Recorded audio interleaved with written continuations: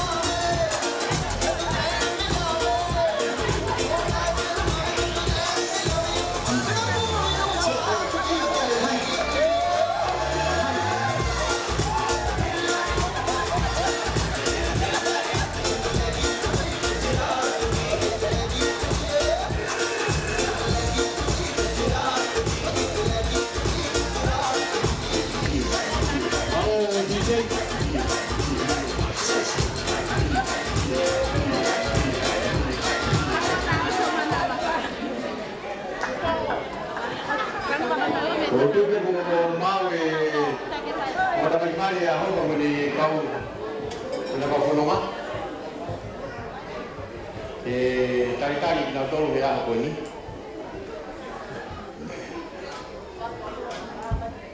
Kalau kita ye tombak mafi, Fai'aho ni musuh kalian lem. Kau kono kina ngalau Fai'aho ini. Dia betul apa? Dia pelan dia seperti itu. Felila kamu Talita. Karena tadi tahu avion lah. Kita kini Fai'aho ini. Tahu kau bagi kau mahu luar Ofisia kata orang ya ini. Kemarin kita udah kali kau fondongan.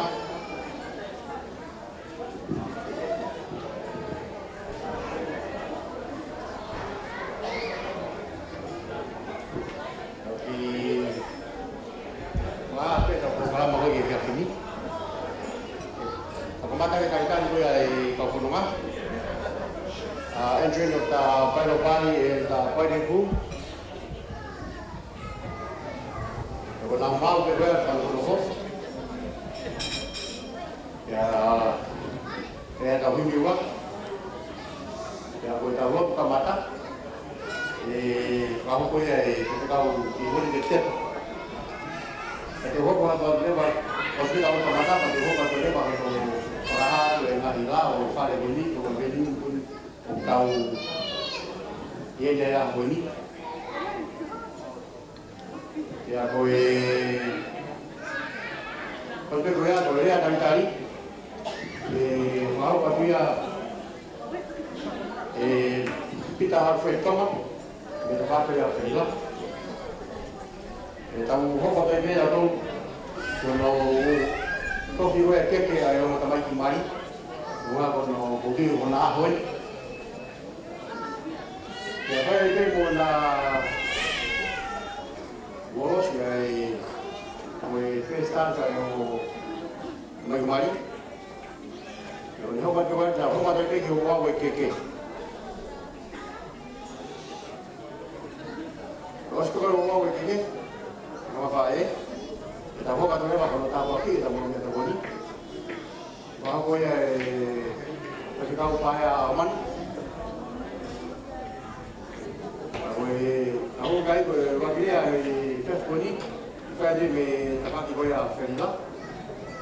Pero lea hono ua, Fai'aho me tapati koe a Talita.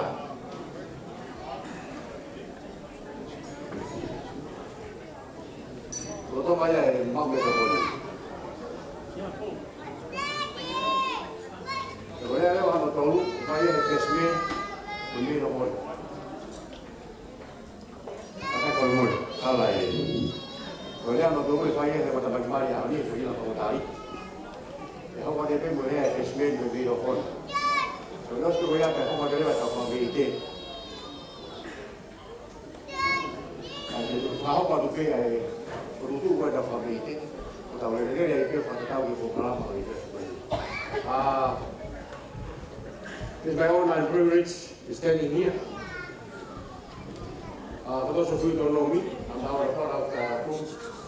You can tell my hair is not long. And I'm a good looking one. It's my own privilege for them to choose me to be the MC today. This is my first MC.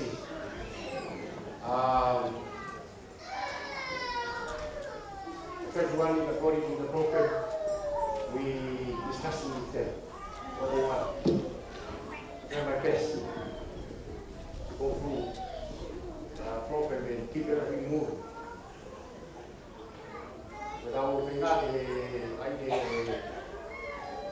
father or not, 4:30 is our time to have our food. We see how we're going. And thank you very much for being here. I'll pass it on the microphone to the one who's going to call the Fai'aho party and the movement right. Thank you, MC. Hi everyone, I'm Kulio Productions, and I'll be introducing the bridal line. I am one of Lila's many nieces, so DJ, are you ready? Flower girls, everyone get ready. Introducing Victoria, Isabella, and Felila Leka.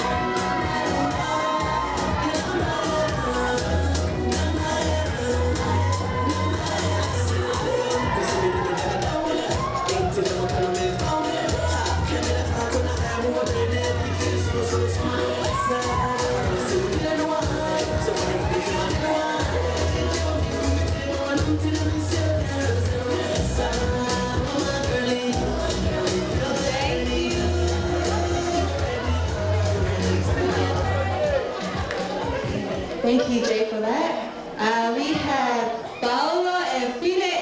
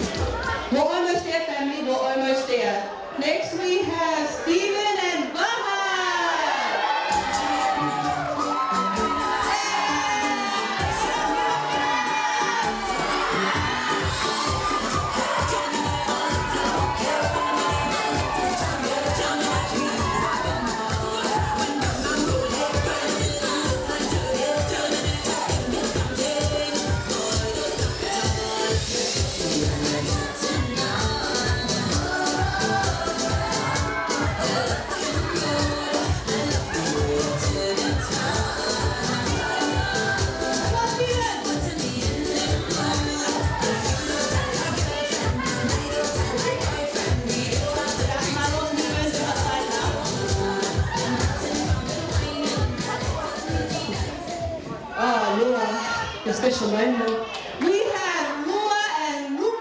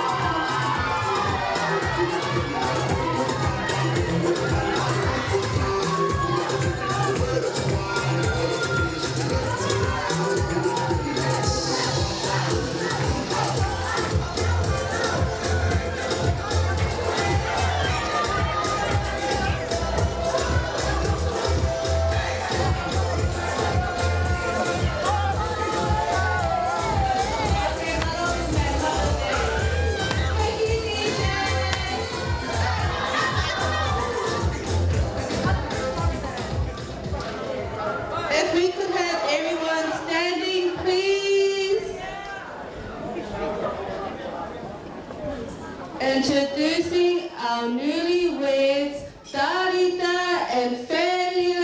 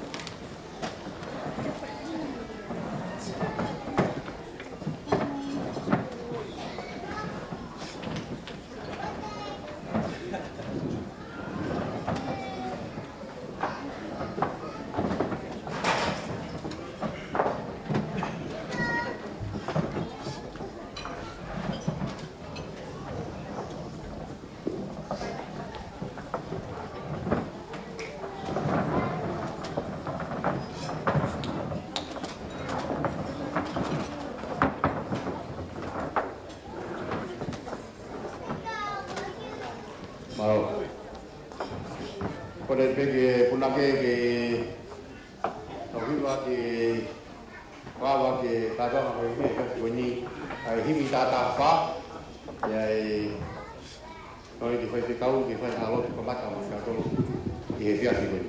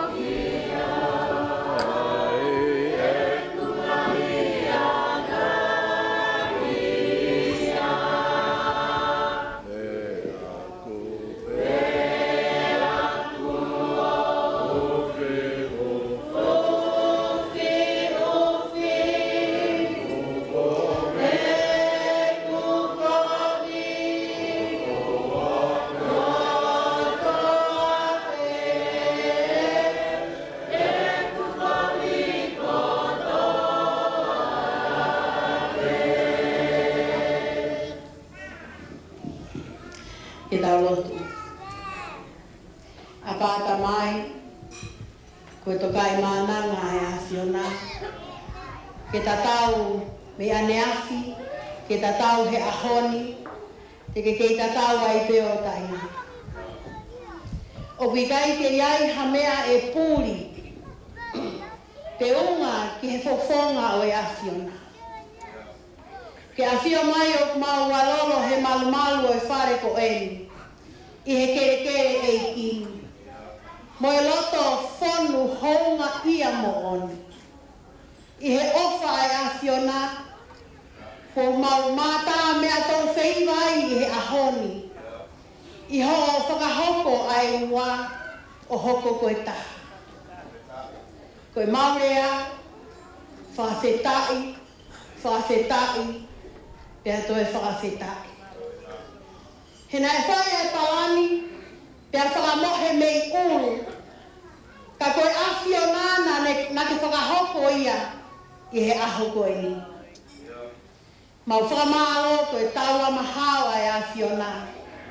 Ai mo ui a Felila kai pehe whoki kia Talita. Kai uma a e ngahi ongo whamiri lo ua pia mo e ngahi kupu whekau aki kotoa pe. O mau i he ni koe taha e konga o e mau katoanga whakawhiewhia. Koe uhia koe o wau mari po whakahoko he aho koe ni. Tuku ke mau mee pia mau whiewhia i he Asiona.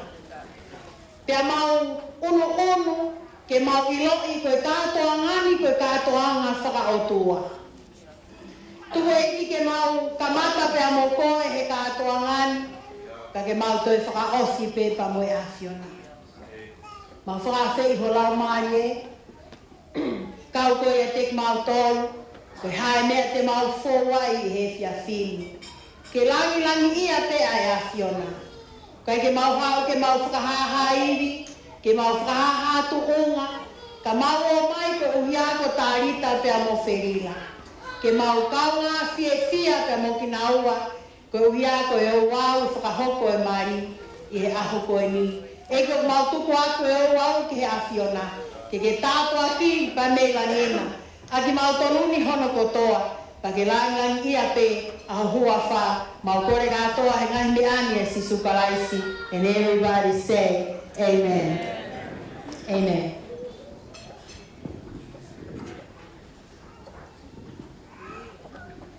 Kumalo dia perkau ioni tetep, tu tau tau kita kamata di yang aku fikir dia sebelum.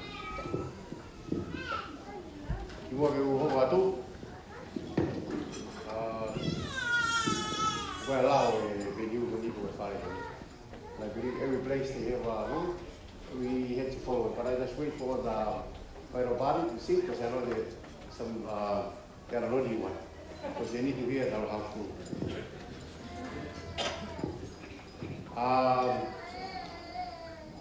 This venue is smoke-free, vape-free.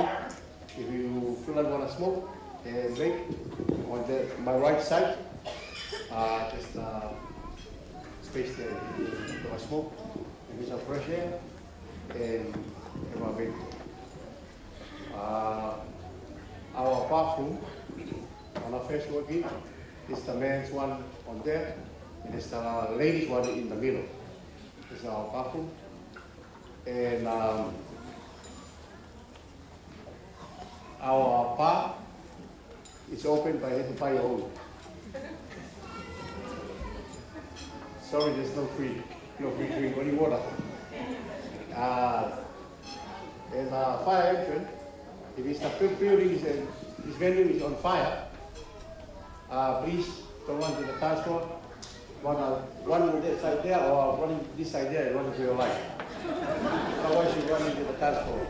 Don't run to the food. And this is the main room for this building, for this venue. But please keep it, because I believe everyone who are here today was our love and respect for Felila and Talita. And you know, if something break here, it's going to be charged them more. And something you might end up on the skivity base, but That's our we carry on to our welcome speech today. Oleh ada kali ahoni, saya kira kita reflektor. Jadi lama macam apa? Ayah, saya tahu ada kali.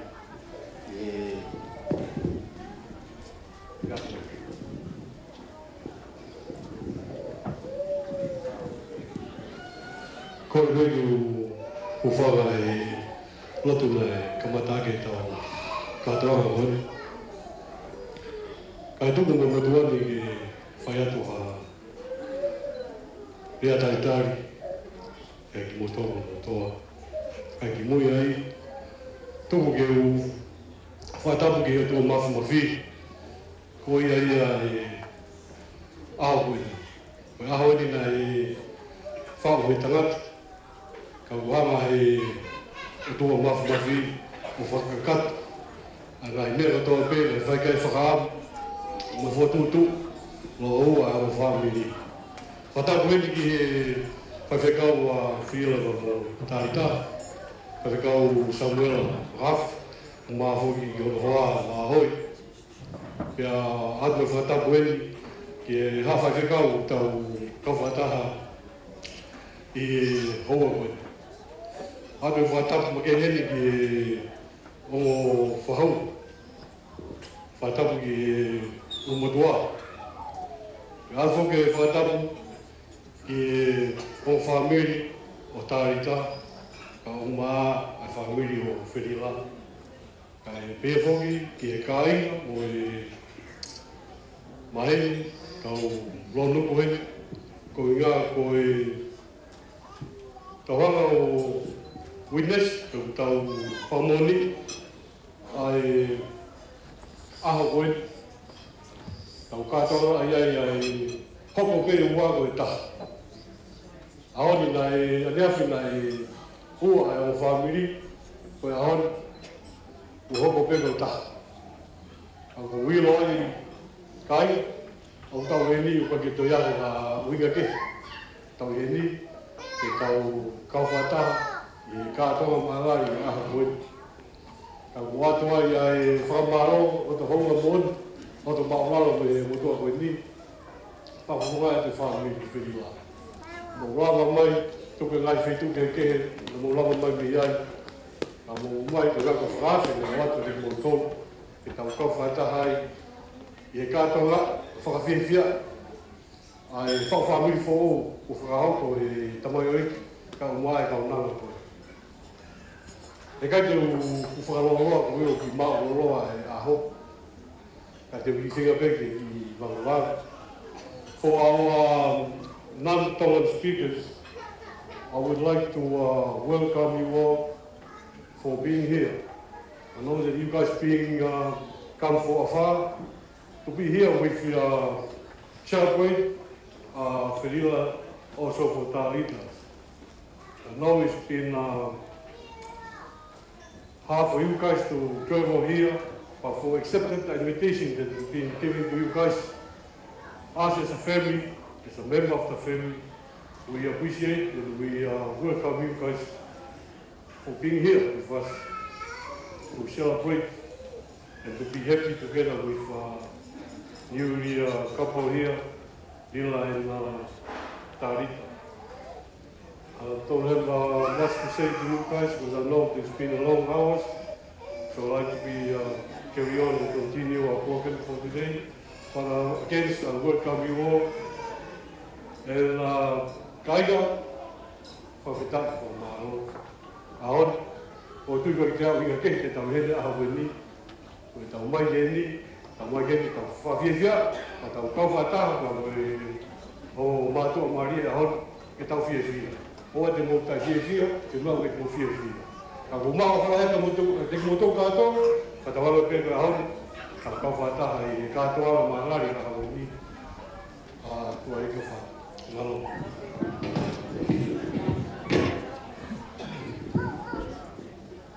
Malo dia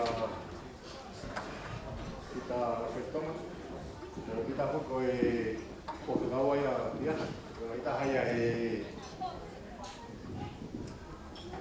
panau aingan ng masin. Kaya uya ito kasi mali ako. Kumalo kasi ko pita.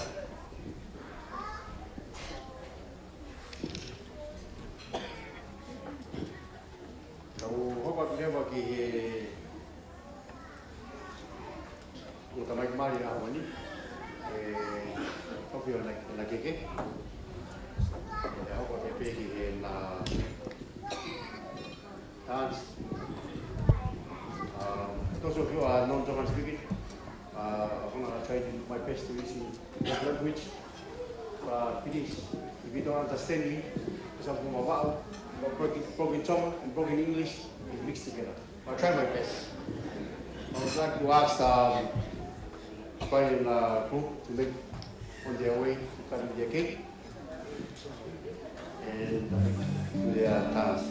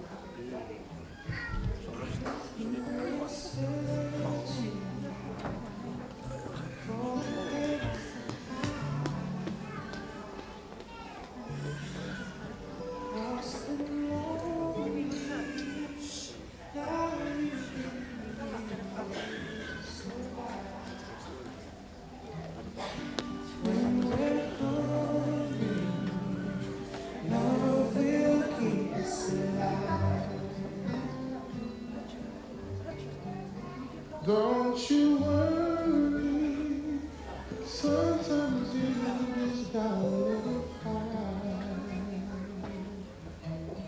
The world is changing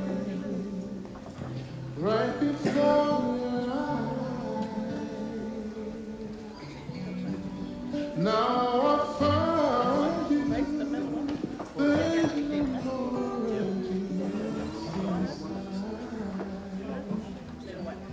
when we're hungry, love will keep us alive.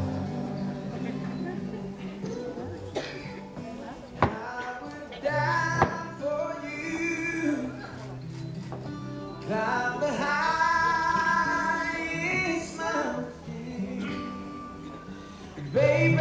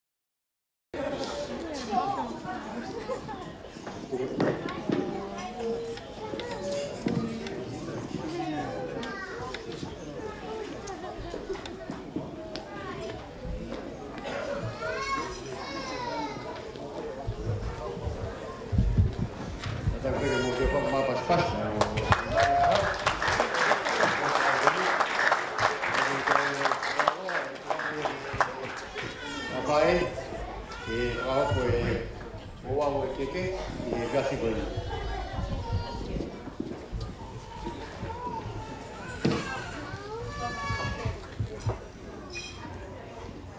Patap ke afio a islah talo tilo tonga. Kore ke hupanga e ngai patap ko to ape ni kamata ati tau katona he jasoni. Ngai ata mai timutua duali tu pakakato patene jasoni. Ko tu muate ke he jasini, ko ke be o tamai ke a. Ko ke a Felila, ko Talita, tep masuni.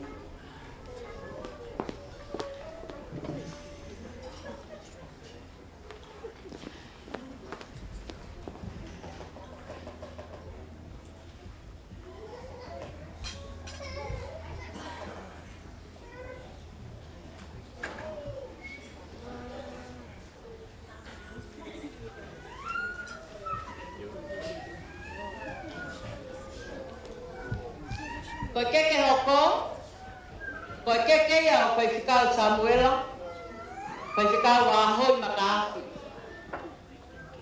Fai'aho mo Samuela, o ikai ke mau hamea,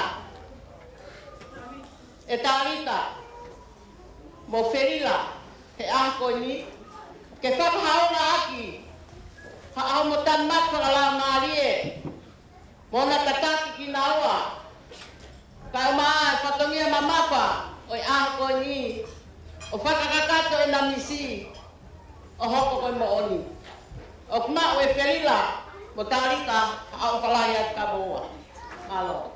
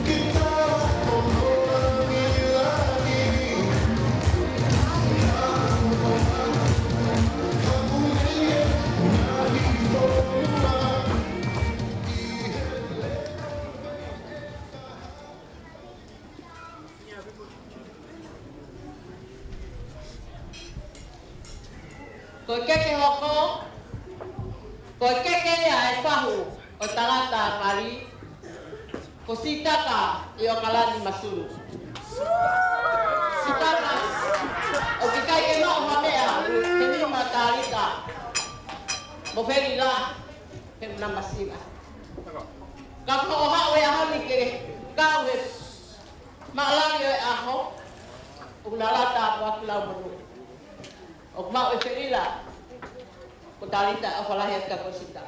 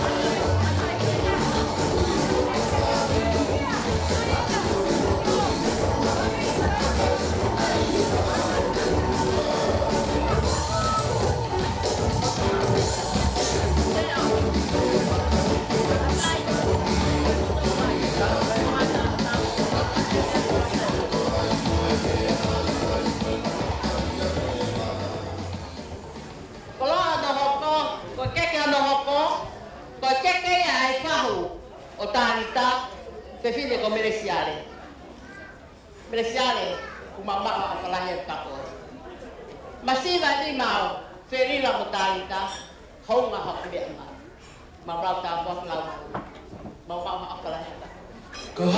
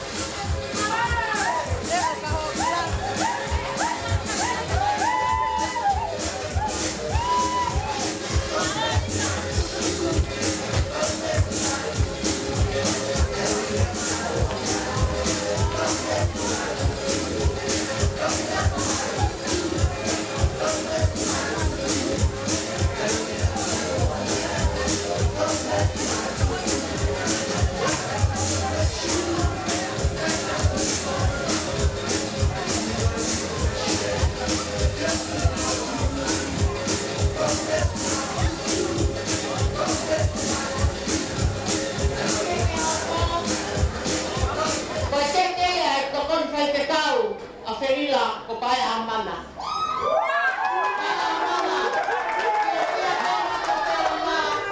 Kaya ito kawai ay tayo ko to nag-ahiyay ng loloto fare hindi fare tayo. Og mama ako lahi ka ko ka.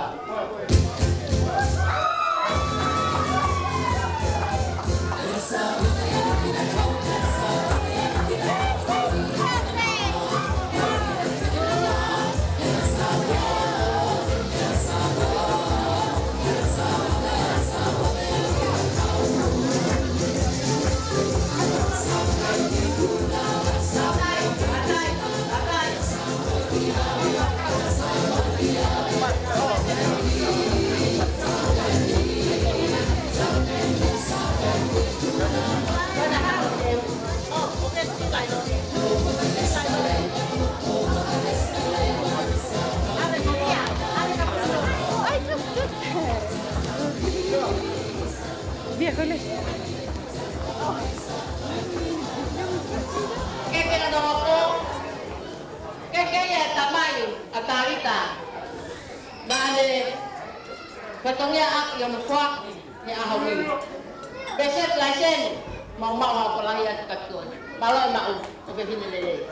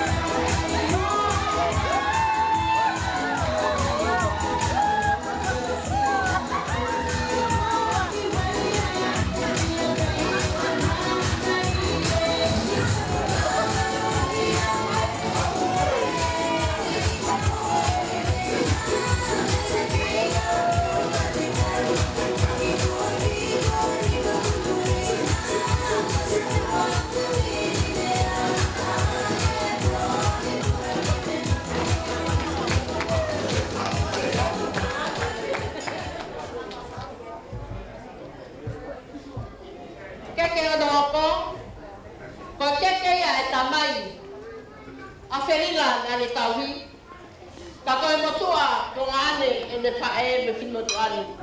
Ko Tiasi te la paitonga. Tiasi o masalo te ka koe hau o taifana. Ma apala ia ka kono.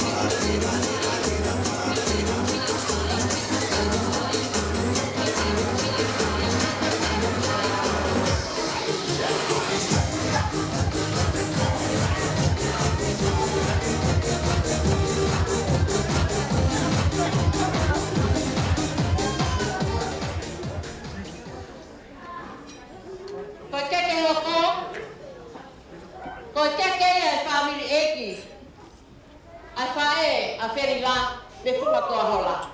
Taine ko sela masila. Sela masila a kesa e misi. Masiva lima o Felila de hekia. Talita ke whakaawai o mo mea mai. Ke ta pau wataha. Ke whakailonga na aha. O maua awalai mai. Me whanau a masunu. Tani patoa ke mo tika haaki ai. Pada fotonia i a ke roa. Mama ho awalai.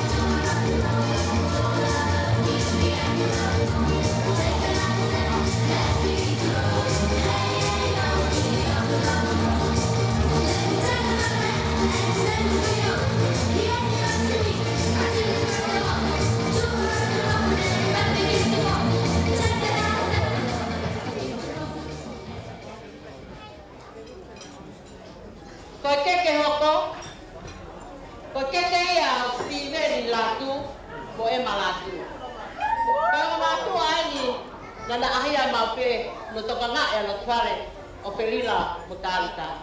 E mo mostiveni masiva lima Talita mo Felila. E whakawai o mo opa te tai kotoa. Nama o apalai kamera.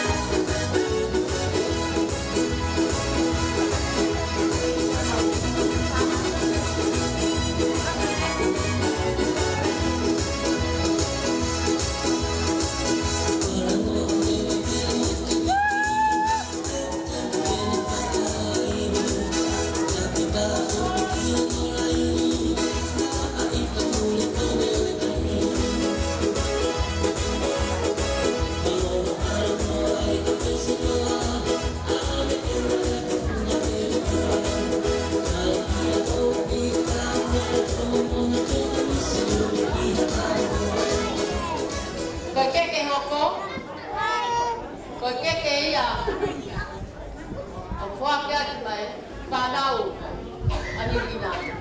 Fiema'u ala ni ma Fai'aho. Ma o Felila ma Talita o fala hiatu. E mo te Fai'aho ani.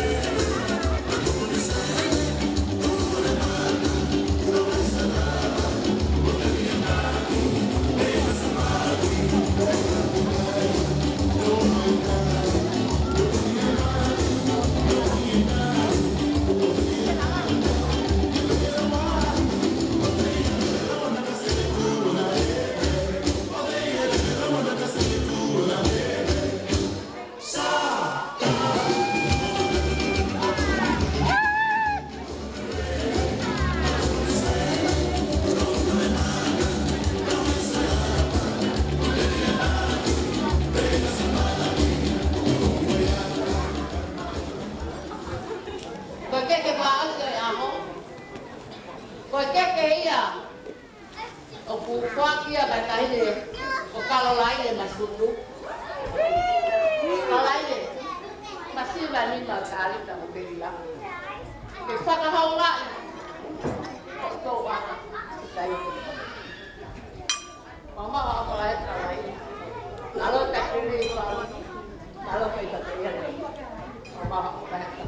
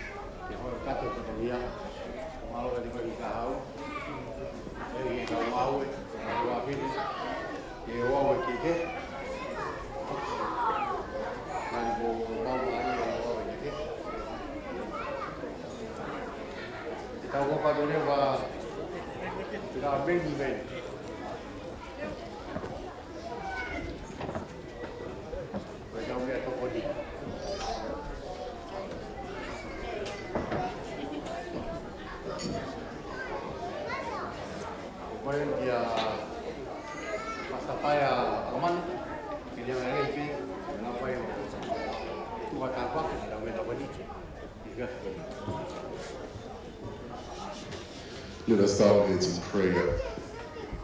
Great is thy faithfulness, O God, my Father. There is no shadow of turning with thee. Thou changest not, thy compassion they fail not. As thou hast been, thou forever would be.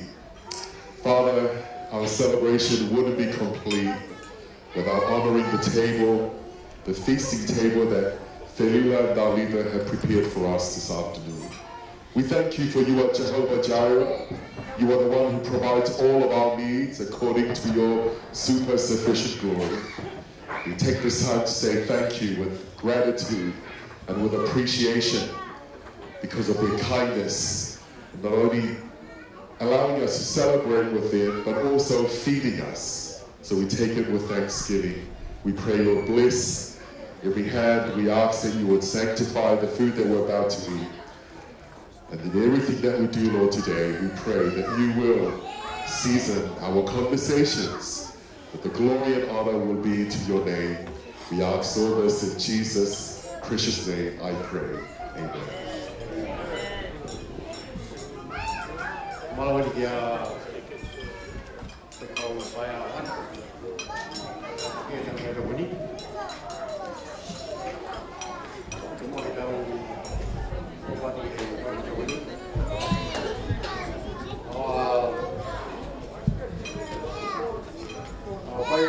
Table, you want to be safe, and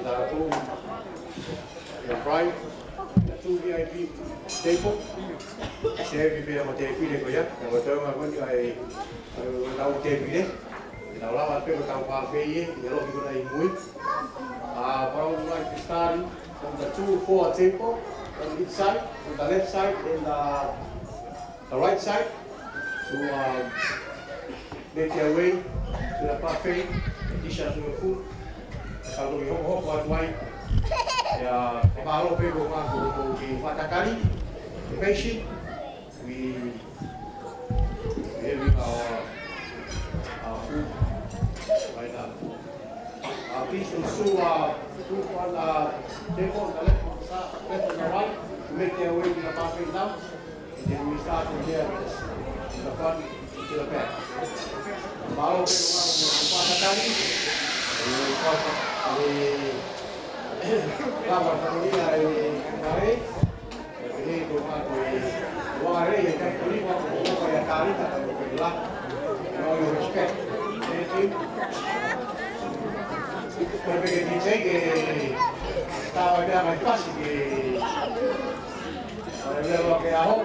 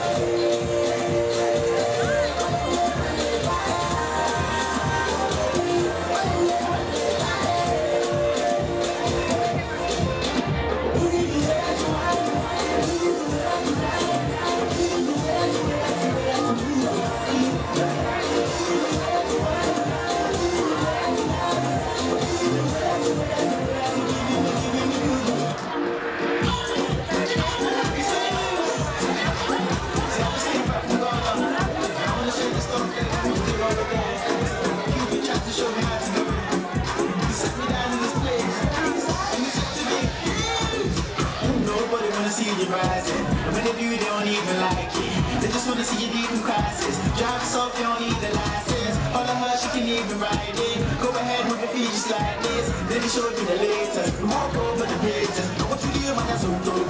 So dope, so dope. Now watch me do my so dope. So dope, so dope. Now watch me do my so dope. So dope, so dope. Now watch me do my so dope. So dope. We walk over the bridges. Now what you do, man, that's so dope.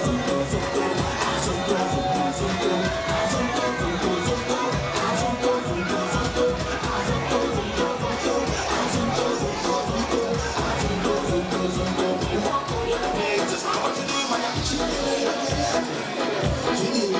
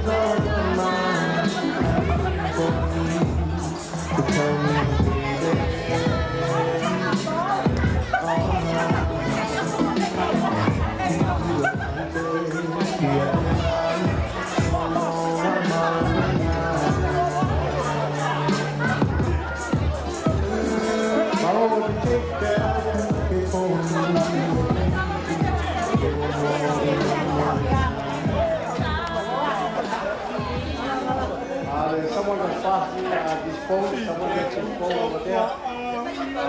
Whoever left the phone there, I'll call it over here. No, tena pite. Hello, mo mama koni. Kani mau mai mai ke ai everyone here wa play. Kalau kau boleh baik, kita boleh baik. Boleh ulaki, boleh ai mereka faham boleh ai tamasi mari. Kalau boleh ai muak, boleh mereka faham boleh tanya mari. Kami juga tangkap, boleh ulaki, kami juga Felila.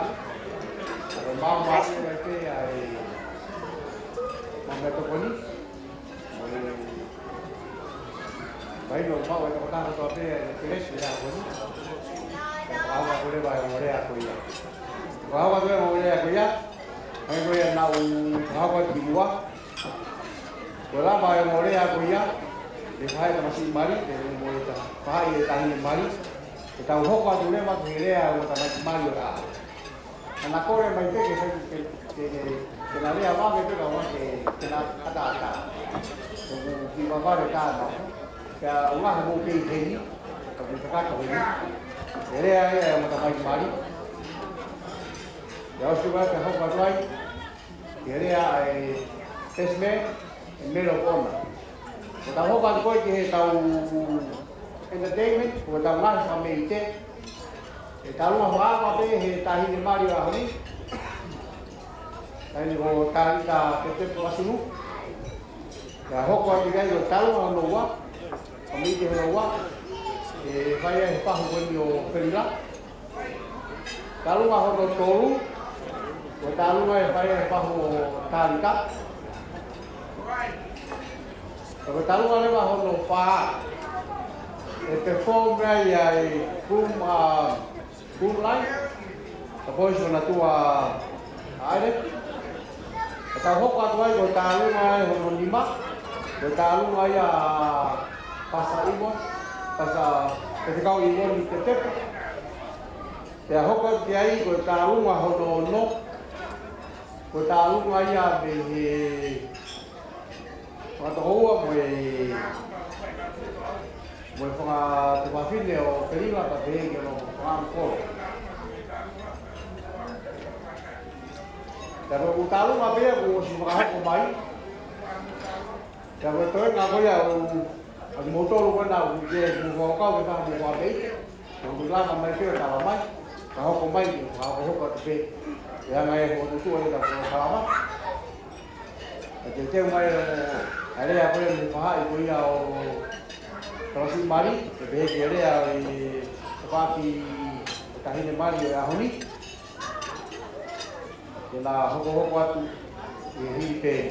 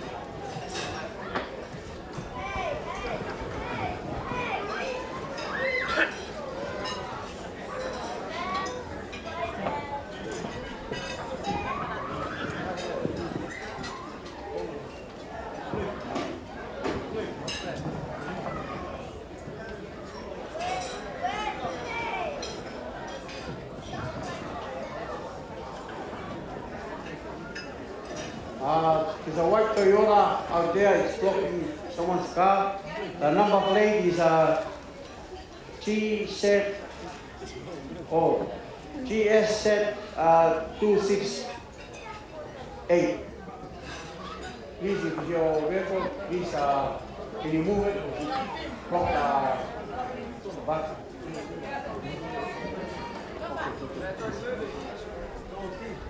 Malo. Tomari honi, tu kuatia ke idea ke hai o ke masimari a honi. Ke hau pe no tan ria, hau ko atuia. Ke te we murea ke tabaki ko ni. O e tahi mari a honi. Malo.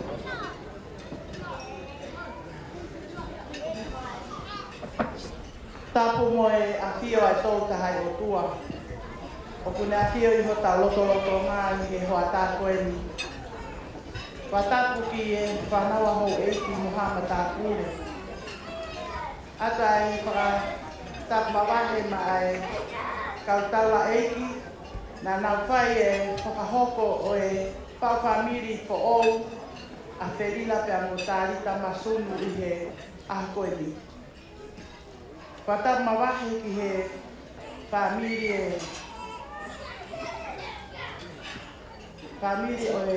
o matua a Felila. He whakatapu ki he whamiri o Talita. Pehe toki mono kau whanonga. Ka moha sola moha dulangi o tau walo i he mamalo whare koeni. Ke whai ai whakahounga. Ai whau whamiri ko ou ai o ki matua koeni. Ka tuku mua ke u whakafofonga atu. Ai rea mi he whamiri o tangata mali o aha koeni.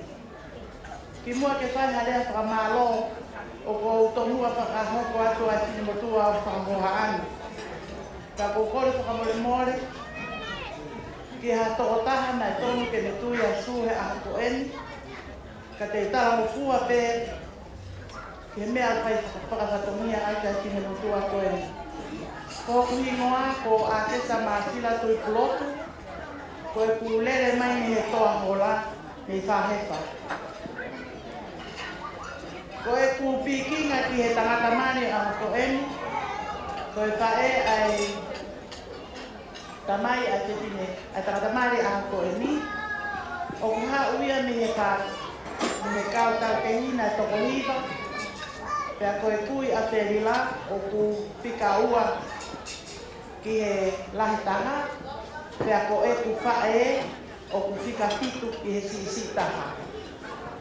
Ko e uhinga ia e kutuhe a koeni ke tomia e patomia koeni.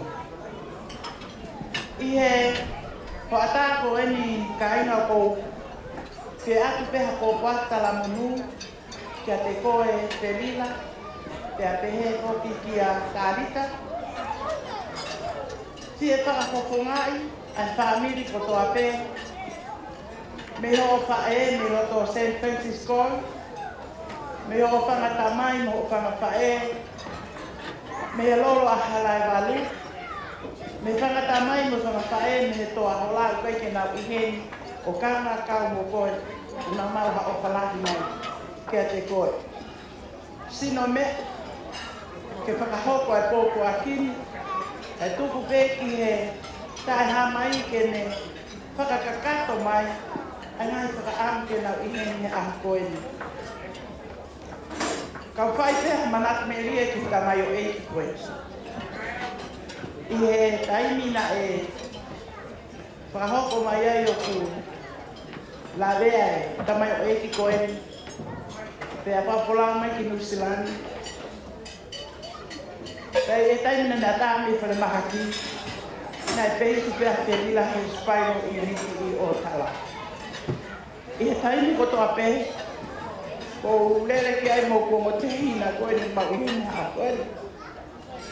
Moa ki ko mama.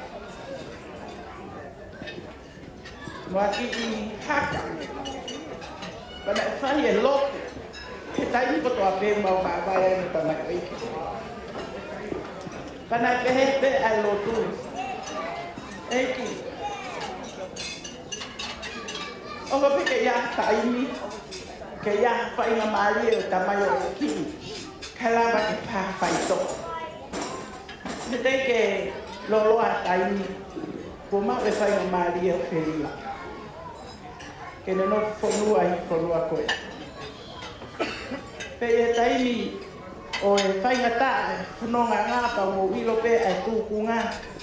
Pena e toi whai ai lotu. Pe he hange pe. Ia i maha taimi ia hano tā kaua. Ke tauhi. O wale pe ko whanongo. Ko eni ko mau. Ko ala Felila whai e kore ke o mātua Talita. Kaina, nā whakawhiawhia ka te au e whanongo mo e ku ilo. Kau whiwhiri, e te whenai e io e o mātua Talita. He koe nā tula e tala wou, koe ne tau pehe ne fōwila o tuki he matapā. Tau ilo peho tau umara ko tau whakasiosio mai he kātupa. Koe tala noa fungani, o e kore na e alu me Felila. He koho alu pe tala wou te ke kore ane, tuku mai a Talita ke utau.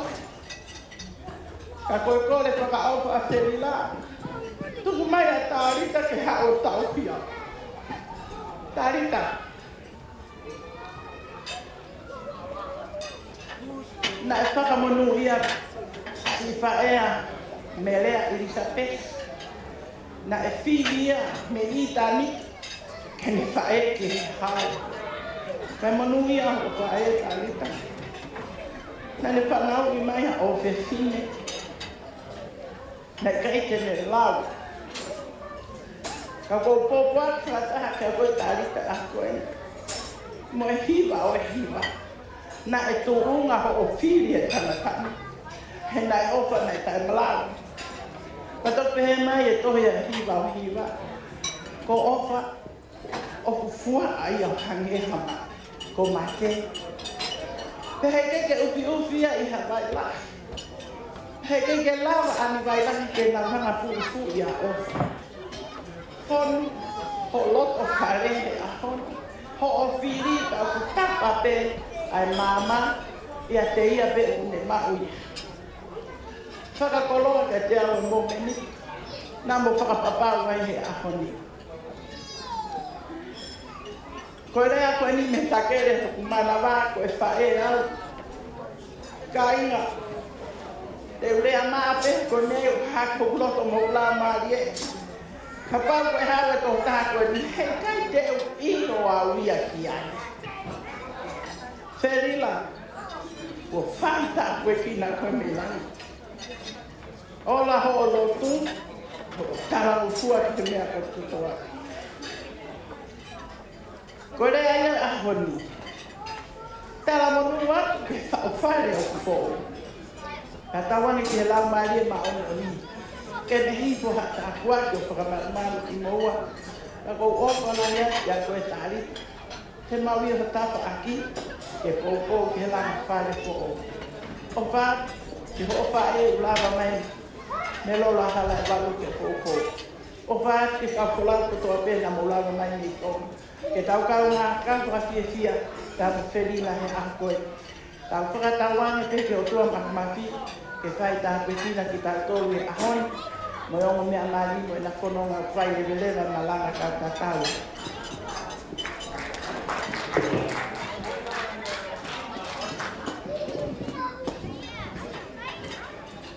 Ho malo in dia ho a pesa ki bodo. Mo e mali e ka soni me ta pati e o si mali. Pole koe ni ke ko taha ni te ke fai rea ni tapaki e ka ni mali. Ka ko Talita e a ho ko ni. E la ko mai ko ha ko atu. E a ko ia.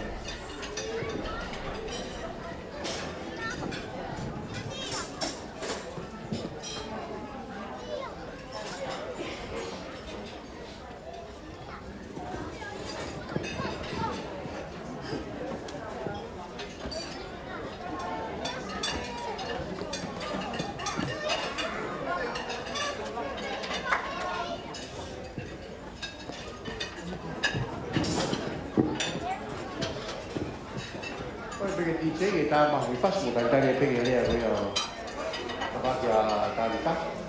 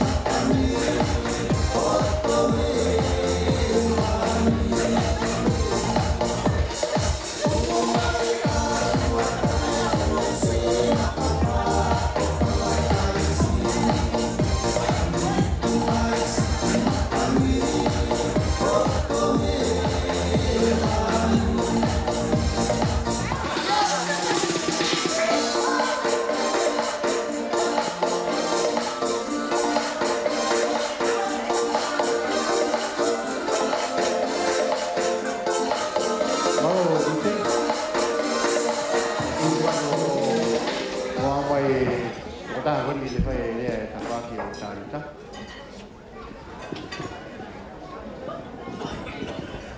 Tapu mo e awhio e tolu tahi o tua e o tau lotolotonga. Pea ku kore ke u whakamarumaru atu, e talaka kato e whonua mo e lotu. Ka tā mo kua e whainga maari e koenu, ke u whakafokonga atu, ai whamiri tamai, ai whiwhine maari o e aho. Isa nā whihu ia ki tai he pangaina ko te kiamata e alo mua. Ka ko tofa waha o ku whakahoha ane he hopo anga e la. Tu unga anga ia e kui heni e aho koe ni. I he pekia ko ia e tangata eiki ai whiwhine maari o e aho. Nā ku hoko tongia e whatongia koe ulu motuanga i mui whanua. Ia uangi ai whekau.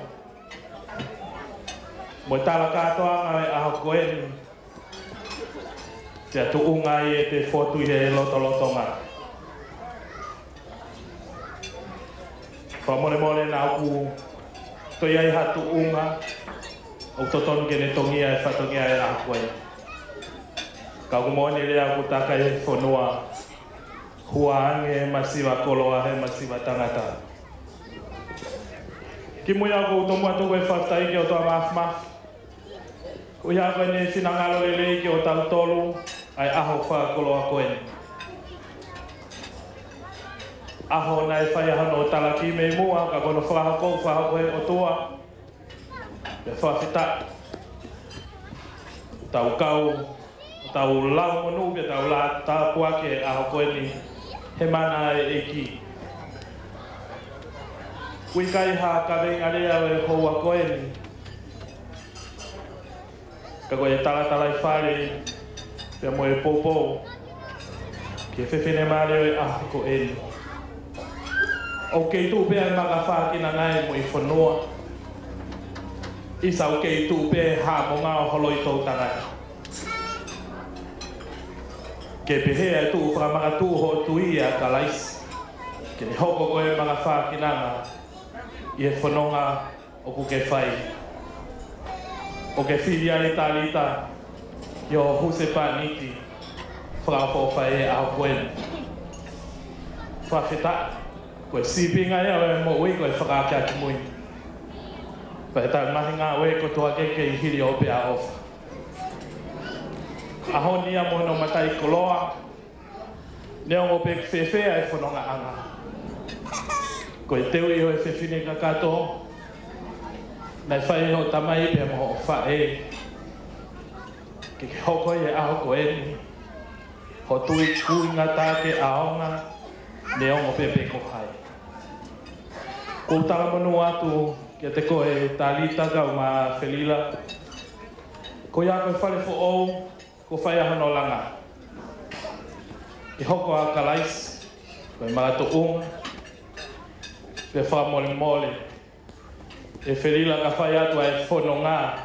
Koe ai hato onga Talita e whakamahata tu. Wha mole mole ala. Nai kai toi tuku halelei. Nai whai ake hano ako ne kina. Ku hoko e ahoni. Ke unga ke a te koe e whanonga anga o taimi. Ka whai atu pe ku osi ho o wha. Tō hake pe e kātaki. Pea ka osi ho kātaki pea ke hoko atu he ki taki. Pea ka osi ho ki taki pea ke ki taki pe ke atu. He koholoto. He nā kunonga pe au ka ko say hello. Ko iai, te ke fua pe ke au ke mate. Mana tui mau pe, uiai ki kananga mui whanua, o kulaki hopo pe la ai niu tō ua. O toki a o mai ki nuku alofa mo whee fua, ku mooni rea ko second hene me la a. Pe au kupe he pe e ofa. Ofa ko ia uma ui he ahoni. Pia ke pehepe o taingata. O ofalahi atu. Pe whamone mole atu na kua te ngutu tamulea i he pangai. Ofalahi atu ke te ngutolo na kotoa mo e whamalola. Ke family o Felila. Hano Talita lele ki kauna ngatu ahmata ilo ako en ki hoko ko whakalahi ki o mauloto whare. O whalahi at ki atek mo tolu hano kotoa lewa whakahoa kautawa.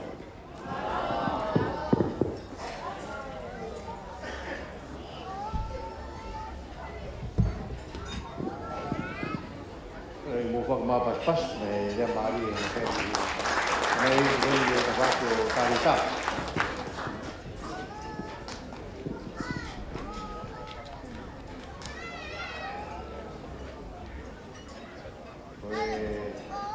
Kalau begitu je, dia orang kita tahu pergi, dia ayam kita baik mari ahon ni.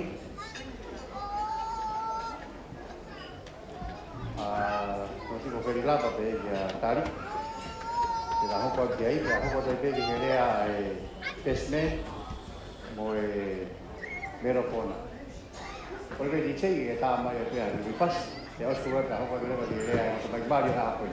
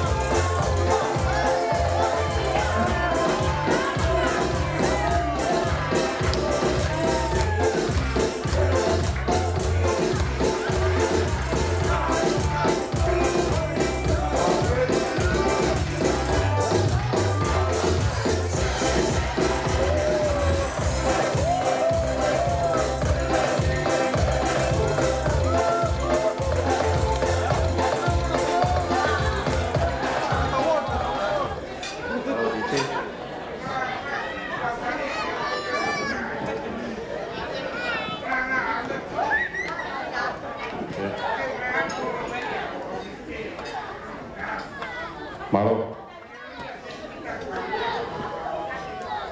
Kore peke u hofanga he whakatapuna tau ka mata aki. Kai ata mo malo ke mawakahau kato haki lea whakamalo. Ulaki pe whakamalo ko tō mua whakawheta i ke tamai he wani, tamai whakahe wani. Ko le hau ne tauhi. O malala ke tau ausia e aho maho ingana. Nā ne tāli e kulotu. Nā kulotu ke o mai ha angera. Nā kulotu ke ne o mai ha taha o mo uilot. Ha taha talavou. Hataha leo lere. Kaini o ke ngari whakaori pia e ki lotu nai whai. Ka nai tari lotu e iki. O ne omi pia toko taha. Ke hao o ofa ia te au. Whakatatau ki hoku tūnga. Pe tūnga nai e hao. Ka kourea whakataha ka moi. Leo neonga mai me tahi kāreri, ko e eiki pe.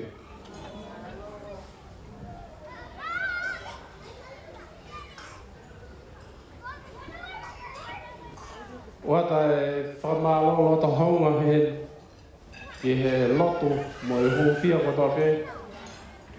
Nā mo whai mai ka te mau. O malala. O malala ke whakahoko ai. Ai whakahoko whaamiri he ako ni. Ko e kau mai e eki. Pia ke ona pe e whamalo mwengeia. Watu hene ku whamalo ke kau taula eki ko toa pe mo ngahi hoa. Peke ngahi maheni mo whamiri ko toa pe. Mo kau whataha mo ki maua he a koni. E whakapahoko whamiri o mawhoi. Watu hene e whamalo lahi hene. Ke ko whaipekau. Ke mo Talita Pasta Samuela pape kia wahoi. Ko e tamai me whae whalau maari ka te mau. Pe ia Pasta Paia. Mo i taunga e whamiri ko toa pe makaturiki. I ngahi pōpō ko toa pe me tū tata. Nai whae maki mau.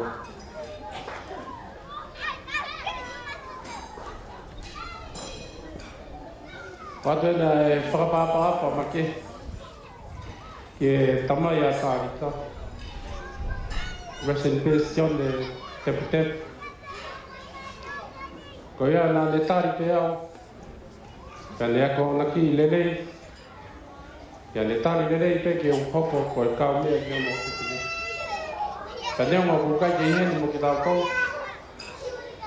Ka koutu i pe ko hono loto ngā. O kia taki tau tau hea koi. O kou whamalo hen loto honga mo an. Ki o kua whaanga. O kou waiwhi Talita, mawhi tepu masuni.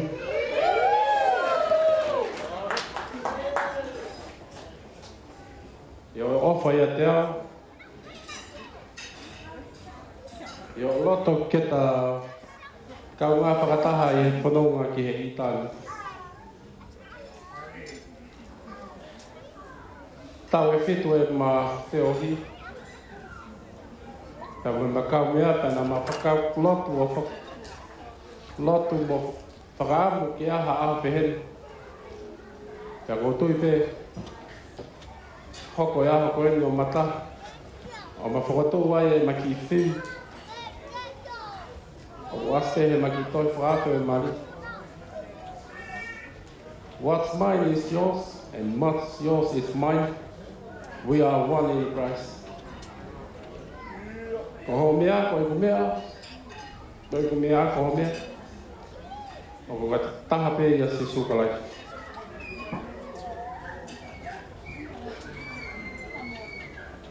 Watu ene whamalo ke pahua Talita. Yo mea mai a koin. Walang kau whakataha mo ki mau. I e aha koini. Wata e whamalo ki a whaipekau i won. Pe ke whangatunga ane, ka pe ke whangatunga whine a Talita. Yo mo lava mai a koini. Wata whamalo i ke whahong e whakalang he aha koini. Wata e whamalo ho make ene ki e whamiri e ki e kuwhae. Akesa pe ki a sela pe mo nik. Ia mo tuwa mo taini, mo lava mai. Ke tau kaunga whakawhiwhia e aha koini. Wata e ku whamalo heni ki a tuyas. Ka pe ki a asena, rest in peace. O matua na nao ia ke au. Wataha mo toko ua ko Wimbledon. Neo ko mamao.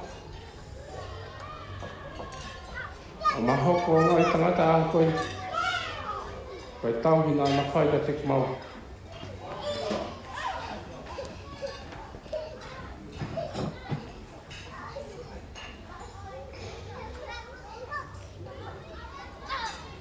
Whafulau wa te pu, amalo, loto honga mo kia me. Kia kesa ia ma. Ko tui pea unesia mai he laivi.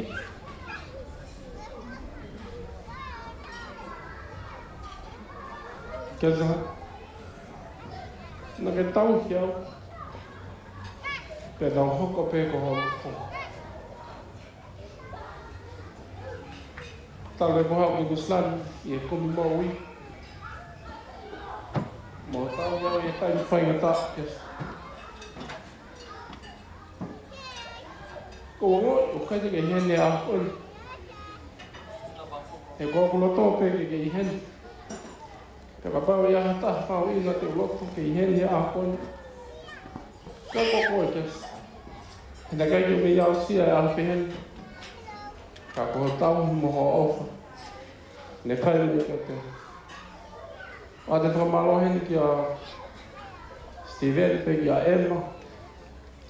Toi ngā mo whanau pe ki a Maria mo Sonia pe ke toi ngā mo whanau. Peta Monati pe ka toi ngā mo whanau. Patricio, Maria. Pe ki a Sione pe muke. Toi ngā mo whanau. I ngahi poupou mo tokoni ko tō pe mo off. Ne mo whai me maa.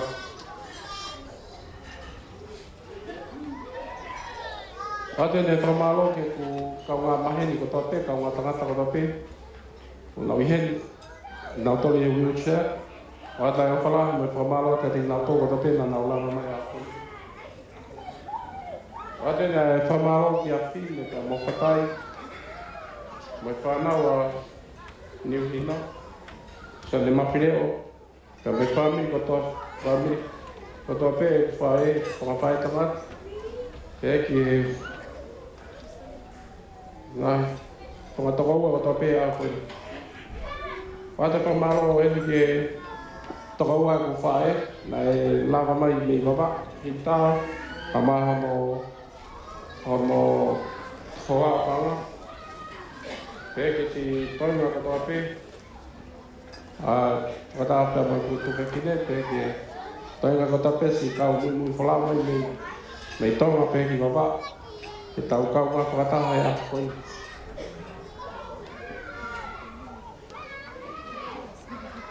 A te whamalo, whaase whamalo a te whamalo makehe ki e tokotaha mau inga taha. E ko whae. Tika masun. Ko tui leo ko si o mai he lagi. I o ngahi ofa ko tō pē mō tō anga. Whai me te au pa te heki a Talita.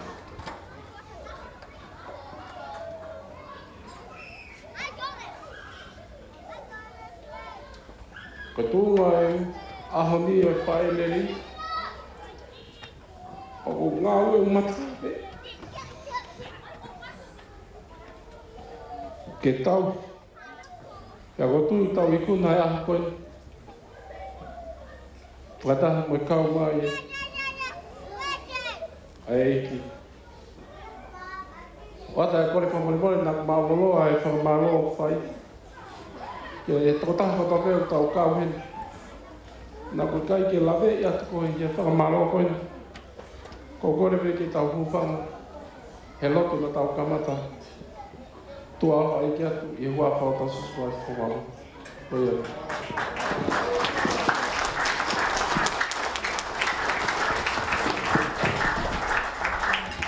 Hi everyone, first of all I just want to give all glory to God.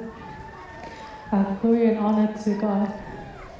To be honest, if it wasn't for Him, we wouldn't be here today. And it's the work of power and prayer and fasting that has got us where we are today. Sorry, my Tongan is not as great as my husband. But I think he's going to teach me how to speak full Tongan by the end of this year, maybe next year. But I just, leading up to the wedding, like it's been like a really hard time for us. There's been so much happening. We had 2 funerals just within both our families, just before the wedding.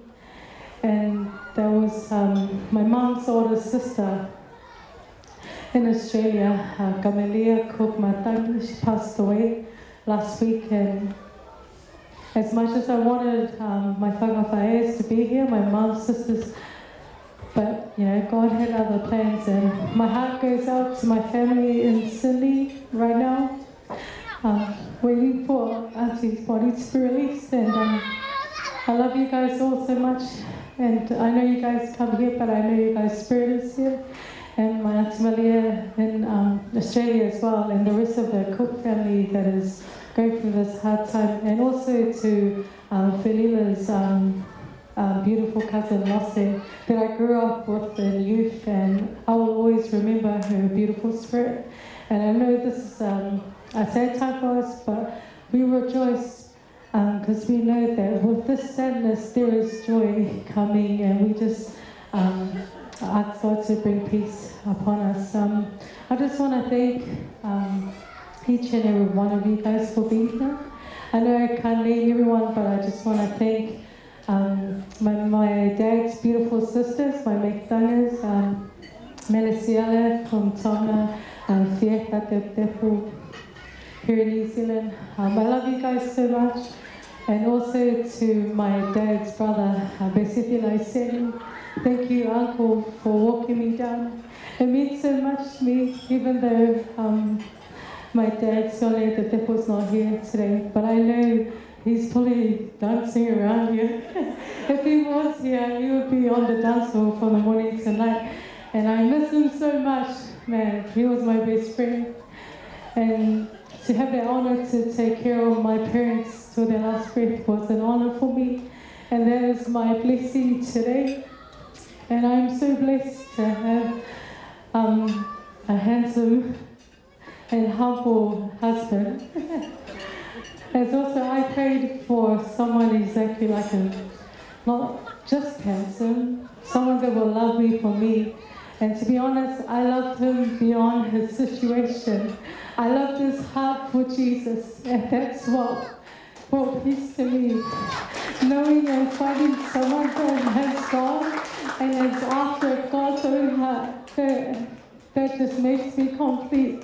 And that's everything I have in my husband, and I'm so blessed to have him and to have his family. I prayed for a loving mother-in-law. Oh man, Vika Matsuno in San Francisco.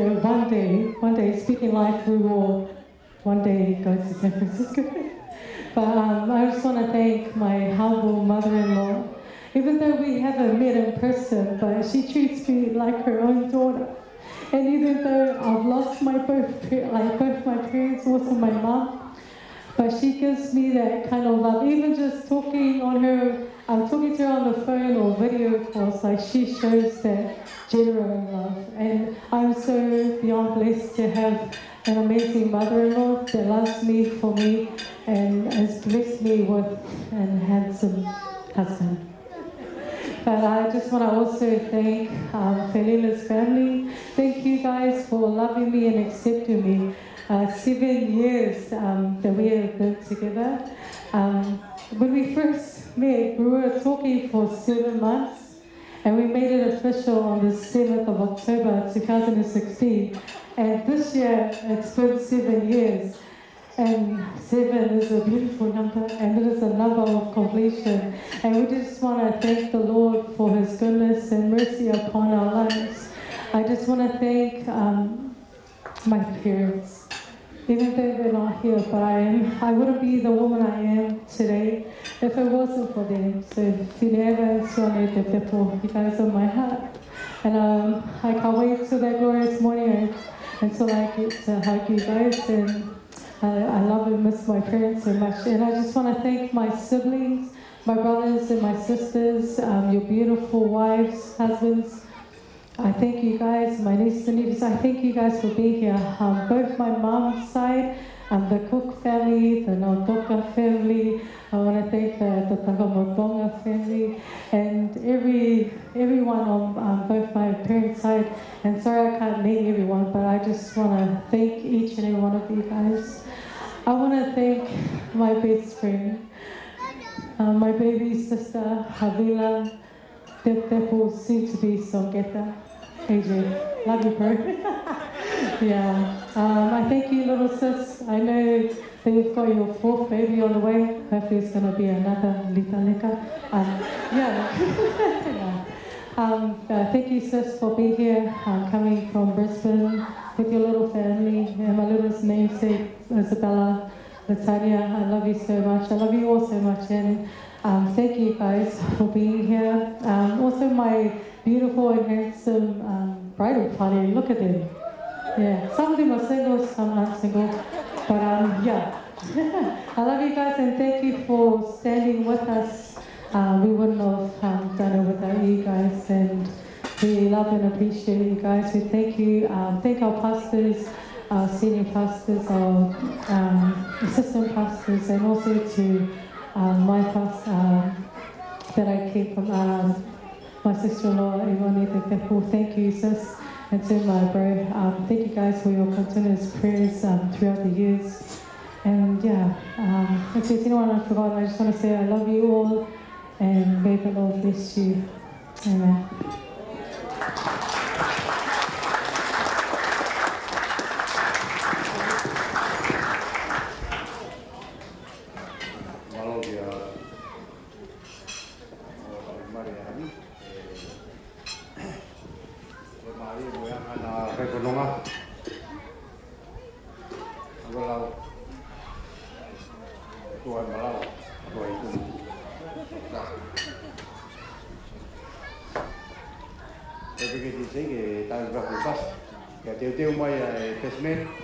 And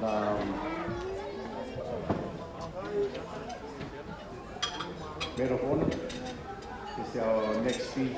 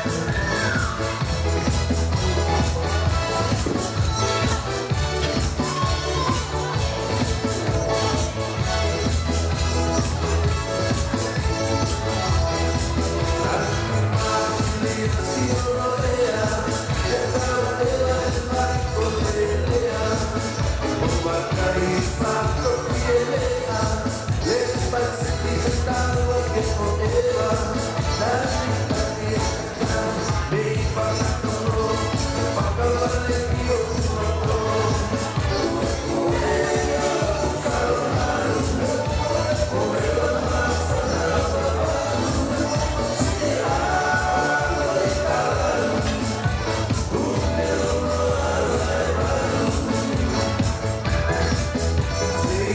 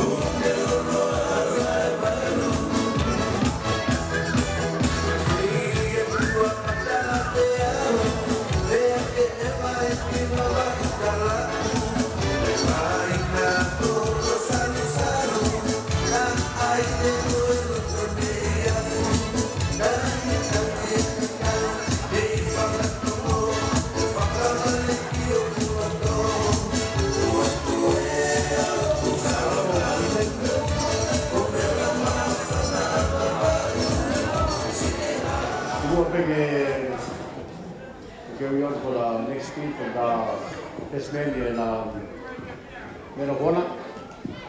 I would like to take this moment to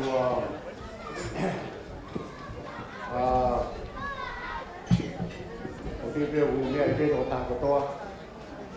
I Kulio Productions here family. I more than like to put family.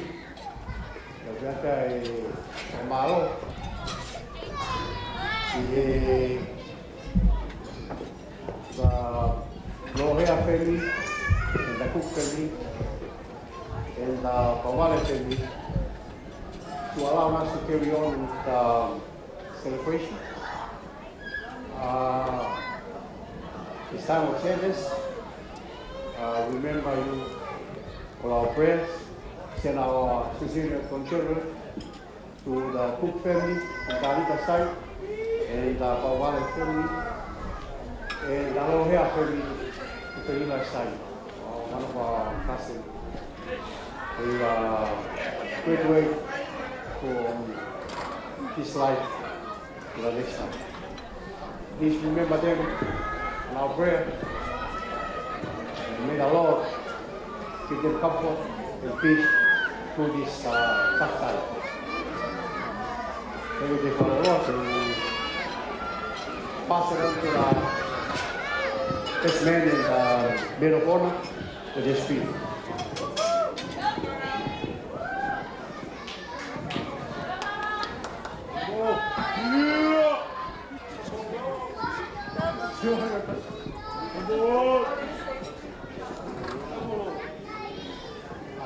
Hi everyone. My name is Malagai Latu, one of Lila's many nephews. I'm just gonna keep it short because I don't want to cry too long. I just want to say, thank you, Lila, Elita, for all the things you have done for me and the boys and the girls. Lila, you read it in my heart. I'll do anything for you, Elita. Then I'll be your tail to the day, 6 feet all the time. I'm just glad that I got to be part of your life. And I'll stop now because I'm crying. But I just want to shout out to the Lila and Lita's life. It was a pleasure to be in this line of views, even though the boys were something else. But I thank you all for all coming to celebrate Lila and Lita's marriage. And yeah, I'll hand it to Vila. Thank you. God is good all the time. Amen. First of all, I'd just like to thank our Heavenly Father for just bringing us all here as one family. And I haven't really prepared a speech because I'm so bad at speeches, but I'd just like to say, Lita, I love you so much. You're not only my sister, you're my best friend, you're my mother figure.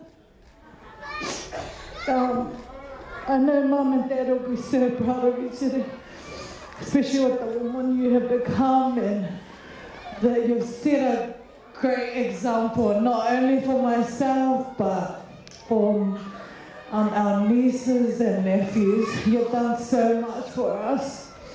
You know, you've put others first before yourself. And I want to keep it short, eh? But yeah, Lita, honestly, just thank you for being by my side every step of the way, loving my little family, your little namesake, and everyone else. The bridal party, you guys are amazing. Thank you girls for putting up with me and my mood swings, but I love you guys.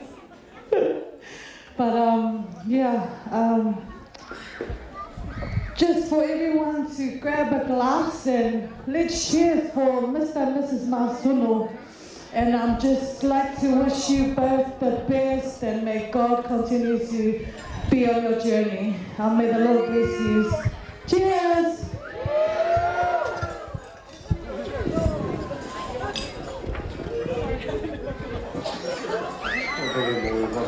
pas Fesmen, Velo Kona. Fesmen na Velo Kona. Malu ko lava e tau dia ke oni, tau hopa tu lewa ke tau mai whame ite. Kore me DJ, moto o tape o ku na ke whakau mo whame ite. Kutuku ake ho mo whasi tau ngā, ke whakau ko whenki ai ki ngā ke whakau hopo mai e whasi tau ngā.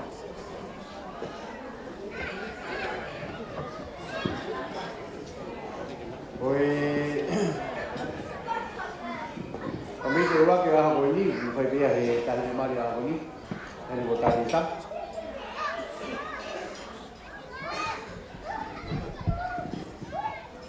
Nau tari kai, kore pegi ki sei, ki tari kia pas.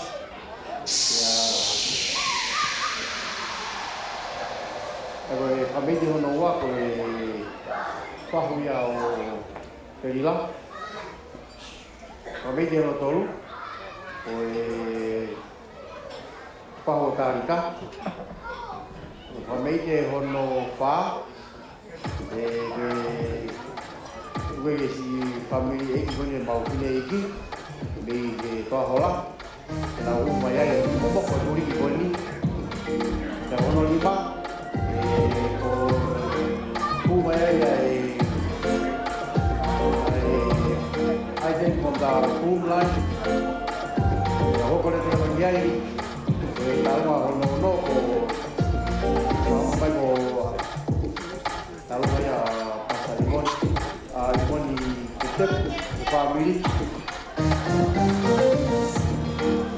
nda hoka kai ke talunga hono fitu family ia mato oa pe mo wa video Felila ko family te vea ko si ko mai Kalau tu macam kali tu yang di pabrik dia di Mario Raho, tapi dia kita berpas tu, berpas.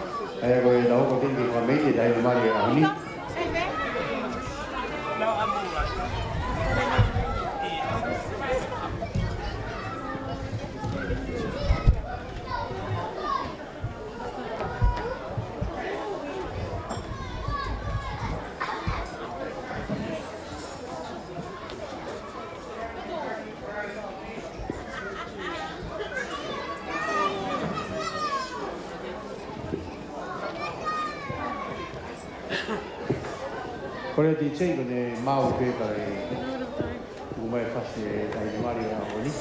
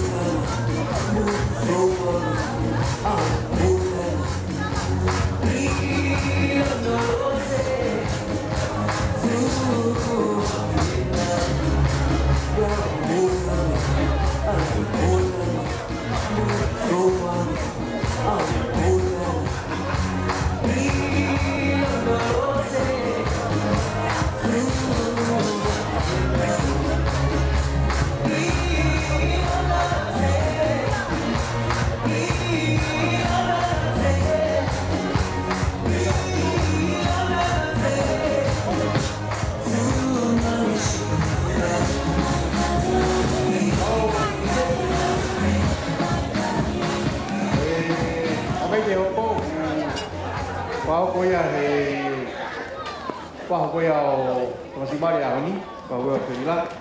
Le wange pege da koni ki le whakahoko atu. Kore peke upanga te e whatapuka a tāka ku whakata ko whipatania. Ko e tālunga o naki whakahoko. Ko e tālunga ia ai whaku o Felila.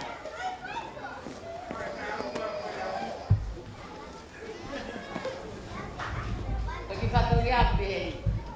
Nau rene mai te au ia, me tonga aiki. Ko e whahu pea e whahu Felila. Pea kopore a te pea ku tamasi. Ha pea hui e teke teke. Pea hiria he whala au kona. Ko e mea au ha pea e whahu Felila. Ma Felila o Talita e aku. Ko ia te.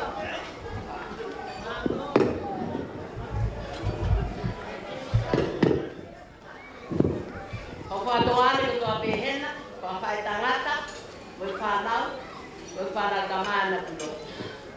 Mo mea mai ko tautai. Ena.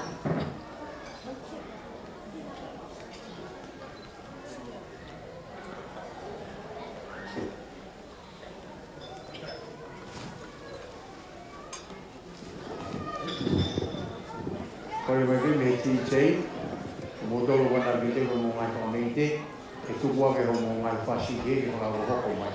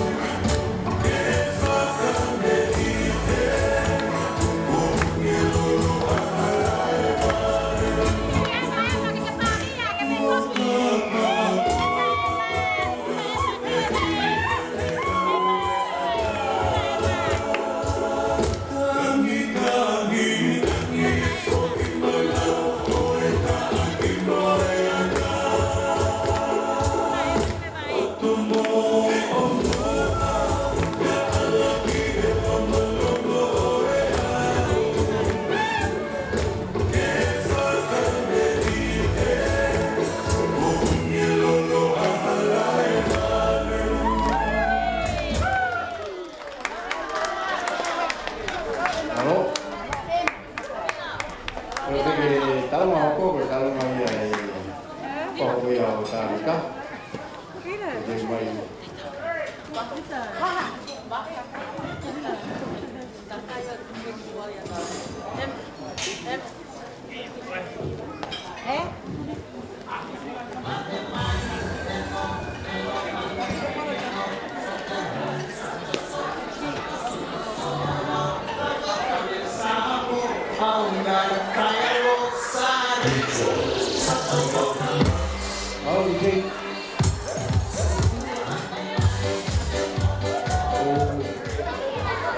Our dessert is serving now.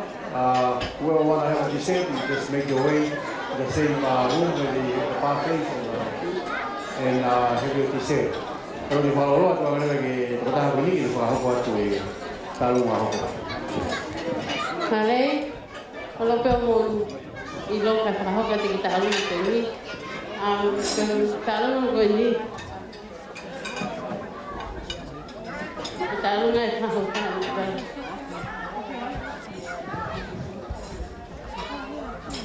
Talita,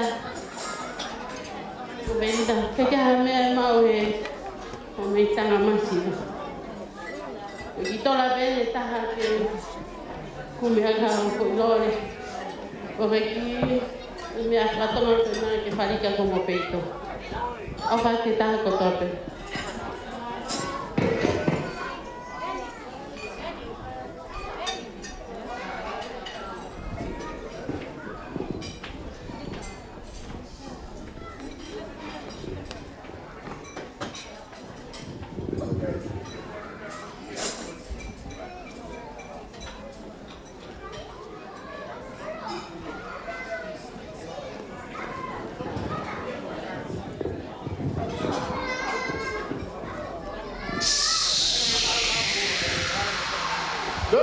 Hey!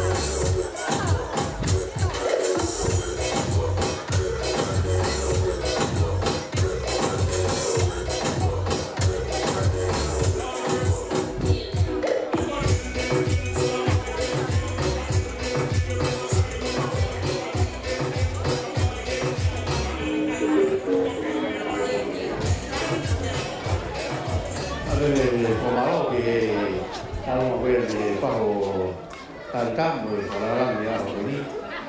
Koe family hoko ko dia ko family ai talu mai ai family ke mau ni ki ni to la. Dia lau ko da ko ni ha ko ko dia talu. Ko le peke pa malu atu he tala pakatapu ko oso no awhaki kai ata ke whakahoko ate ki whakameite koe ni Felila pe amo Talita aha koe ni koe ke mau ha mea e he whamiri lomu pe he whoki ki he whanau mu whakamokopuna me funga toa hola ke whakahounga aki ai whamiri fo o ko mo whae a koe ni koe ki isila koe ni he keike ne Fai'aho e ha Fiema'u kai kore peke o tua ke ne hanga whakamalumalu ki moua koloa peke aonga atka koe Talita ke Fai'aho whakamia e tau yo Felila i a koe ni kore peke ti kei ke tā mai mua e pasi koe koris kotupou e koe uihe koe koris tutuku au mei toloa pako Fiema'u peke whae ta olunga e pasi koe ni tā mai le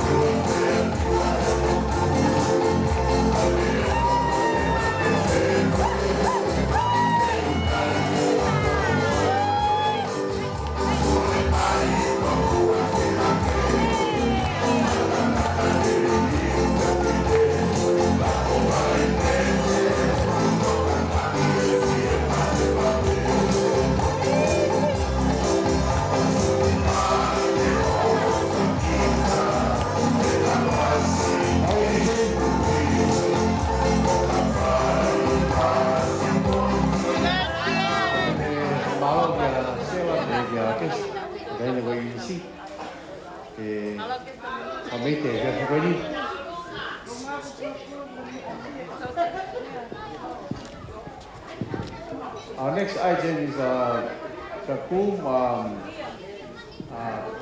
item. Is they ready?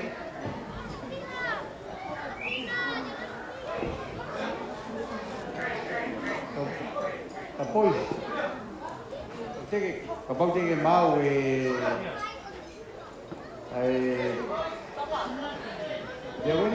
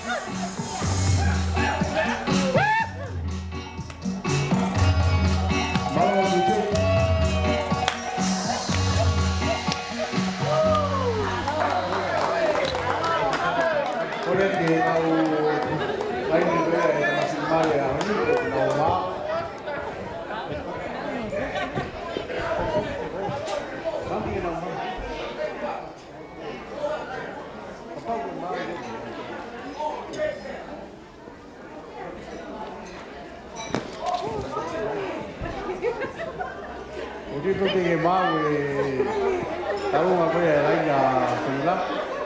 Kai tu apa yang banyak ini ke yang ya persikau iwan ketep ke kai kau pada di rumah kai tu mau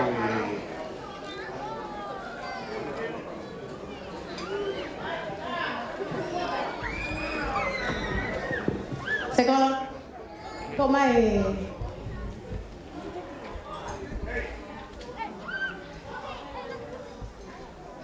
kau kata pe kalau aku ilo pe kau kalau kalama kalau hina fai tutun pe me mu me heke o hoko ko hi ko te ke mau te te ta hine tau olunga hoko mai ko e sia finio ko o maulere mai pe Talita pe amo Felila ke fai ha me ite ke te ko kau kai kia hame ai ma uho mau ni ma kau ki mono pe mo ki whakamoko mo pia mo ki tola ta ka ki mo tolo kai ke mo lavei ai ulunganga o Talita ko to ta hai ni ha ko taha ni haki me hiki tanga nai ofa he whanau e ne whangatonga ni. Nai kai ke lau e Talita ia ko me hiki tanga. Nā ne to tama pe o a uia ke he whangamopuna o oku pa mo kepu oku ke i to tama pe a Talita. I he whiawhini o ko wongo i mo oni Talita a manaki ke whai e whakame i te he kuke e epa ai lahi ho mo whai. Kai pehe whoki ki si whakamasiva i he loto whare whamiri o Felila. Ka ne ongo ia kuhonga ka te mautolu e whiawhiko e ni. Ko te kiteki o matalope, ko tola pe ia e taha. O ko atu pe ia ke kumi aki hamo kapainu. Ako atu ko toa aki mo e mau ofa, mo e mau tala monu ke te ki moua. Whatawange pa mo e ki ke ne hanga fufu ki moua. I hono awhinima maa mo maa oni oni. Taka pau si ai tola e taha. Tuku ke ui atu e whanau a ke pueri. Ke nā ngō mai ki heni pe whakalahi atu aki. Ai Talita whakatau nau tolu ha whare koloa. Ko uhi ke mau aki ho kapainu. Ko ui atu henia, waha, se kola mo e whanau, halatau, Sebastian, Naki, se onereka mo e hoa, mo o mai ki heni. Ko tui lahi ko mo whakame i tēni ko mo mehitanga. Ko hia hena e si lahi taimi na e tūkoni ka te kumotoro. Ka ko kore ka koe Talita. Talita kata ko mea mai o hui e pare o rupere ka he ahoni.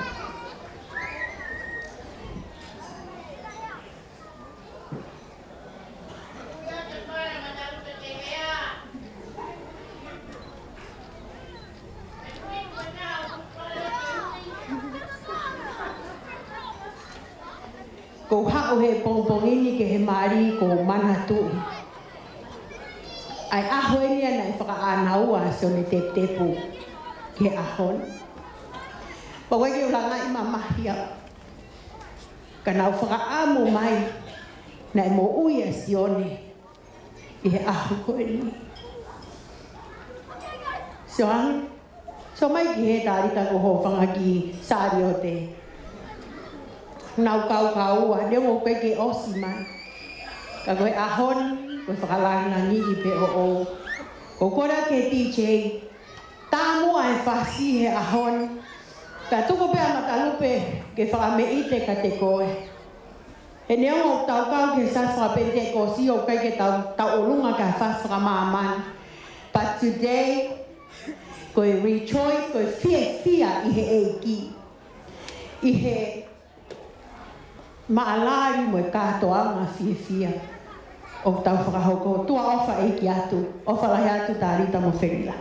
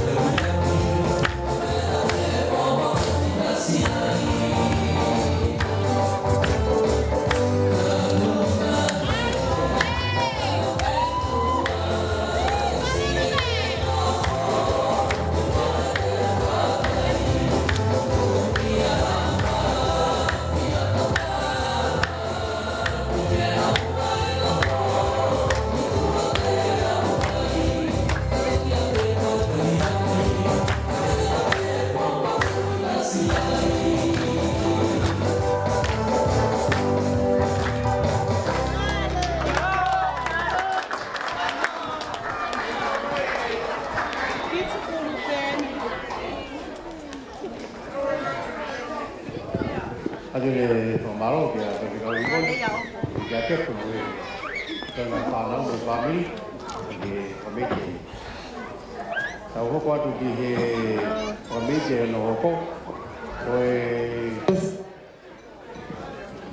lai ni the kuma lai. Please make your way. Ore atu koe perform goia lai ni goia Felila koe ku. Koe na ua kita, ika ke whakapare koe atu. Koe matanga ke whakapare ka pitu ka nau perform. Ka nau tāpo ua rewa ka tau whaia whakapare. Kata ko memori koe kore pia mui Fiema'u ai o tamai mari o aho koe ni. Malo.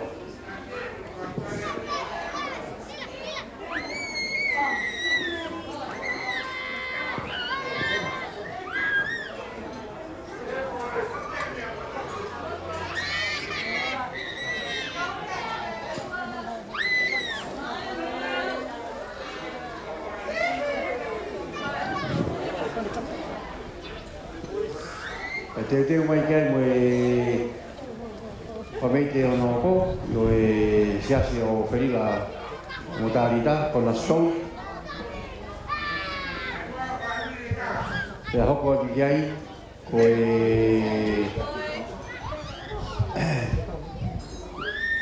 ngai to goa mo ai ko ane o Talita te hoko di ai ko to goa mo ngai Come figli o Felila.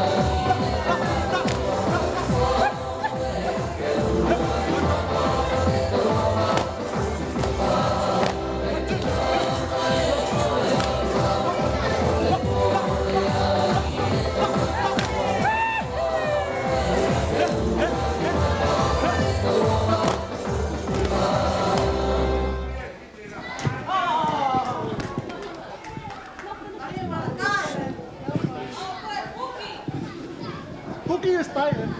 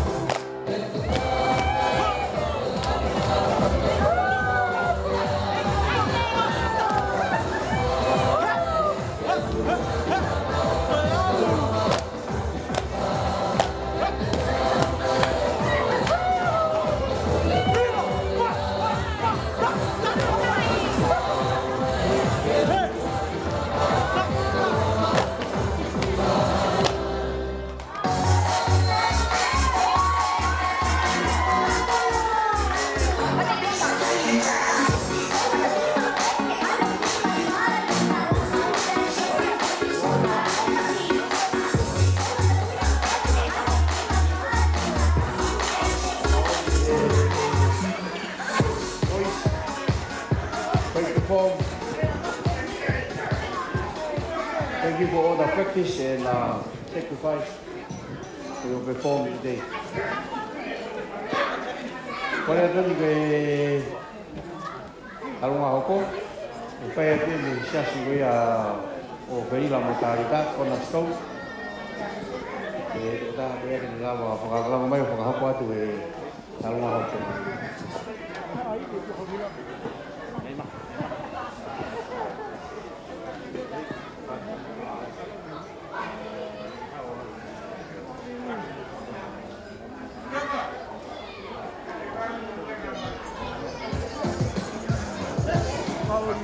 Thank you. While our youth is getting ready for our performance, for those of you who do not know, we address Felila as General for many reasons. So General and Talita, we would, on behalf of our head pastors, we would like to acknowledge you both on today. We realize that you're not just a blessing to your family and both of your families, but you're also a blessing, both of you are a blessing to the church. Felila and Talita, they, as young as they are, they're very mature in everything that they do. Whenever we have a call for contributing to a wedding, a funeral, or whatever it is, they're always the first ones to put their hand in. And even when they're absent from church, they still send in their contribution. We credit their parents and their grandparents because they imitate what they see. And what they see that's a blessing, they want that to come to pass in their lives. Thank you for being dedicated members to Cornerstone. Thank you for praying. Thank you for supporting. Thank you for standing beside our senior pastors and helping carry the work of God here at Cornerstone Christian Fellowship. What we have here for you will not exceed what you guys have given to the church. But we know, General, you and Talita are truly blessed, not only financially, but in every way possible. So our youth, if our youth leader and the youth can please come forward, we'd like to give a special item. I'm sure General and Talita almost a little bit used to seeing the youth, but you know, we don't know. Tomorrow is not promised, but what we have today, let us make the most of it. So we pray that whatever's inside this envelope will restore you and prepare you for Christmas, which is in a few weeks. But once again, on behalf of Pastor Sam and Pastor Mahoi Makafi, Deacon Masilolo here, Steve Edilatu, and the entire Cornerstone Christian Fellowship Church, congratulations once again. And as you said, Jesus in everything that you spoke to, both do. So yes, this is our youth. Thank you once again. God bless you.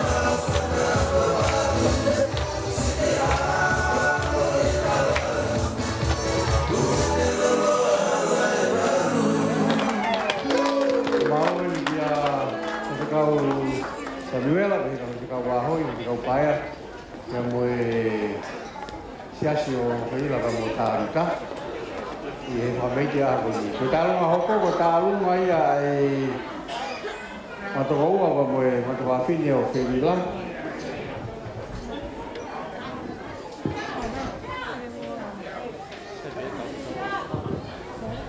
Koe ki he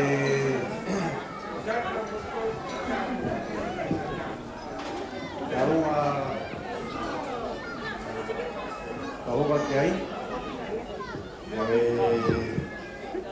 Talunga ia e Kahoka ka matokawhine o Felila. O ku whakahoko atu ia he koe he whakahoko te talunga koni koe Tio Finela te pēr motua koni whakahoko atu. O ku whakahingoa pēia ke ma whine eki ka mo Felila ko ni basi ko lele mai e taimi talunga koni e hala ka whena toto whanga ko ni viela api ko usia ki tauranga api ko ni ue toa hola toa ko pouwalu palawaka ko rea tuheni ki he nai taki mai peia he whahu e taimi talunga a koni ko ne fuafua tālunga e ni ana. Ia ka pau o mukake tolu e ni haka, malo ku hoko ke ni tangata eki. Ka e kore atu eni ki ono whahu, ke ne hui pēa hano teki teki, o toake atu pē ki he o mea mari a honi, ka ira ka mo Talita, mo katak whamore more peko atu tuku ena ke toki aratu e kaureka, kuna ka miki onolo atu. O pene mo maho a fie fia, i o mua aho he au koni, mao ta o whalahi atu i te koe. E koe ngai atokoua, e whakatoka whini.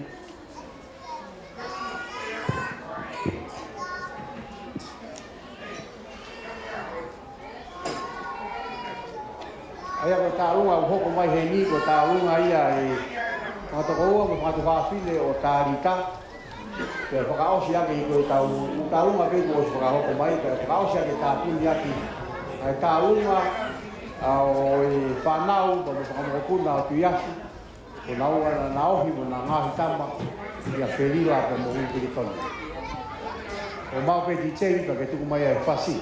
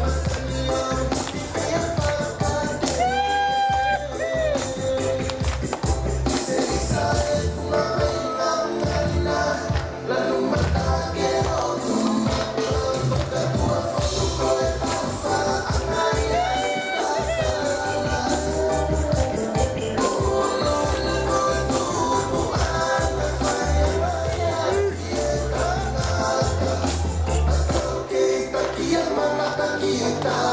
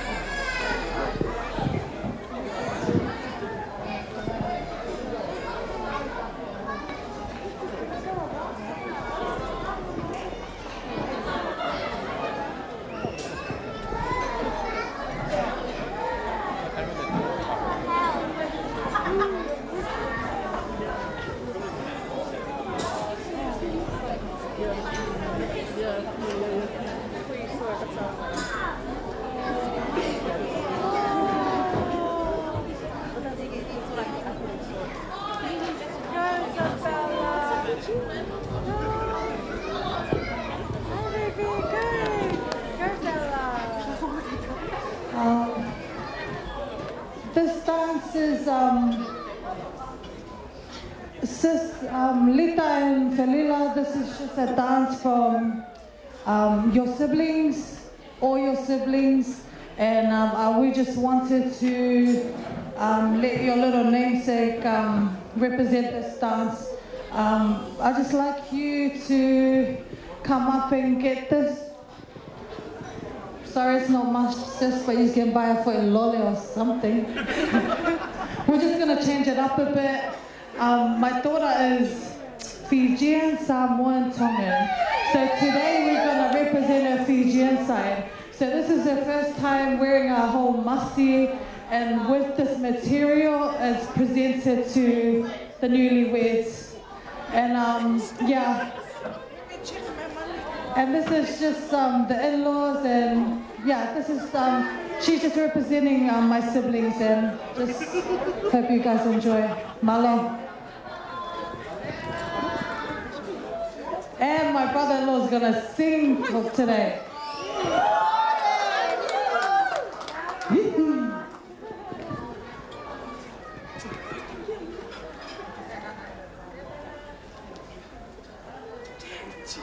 Let me know when you're ready to go.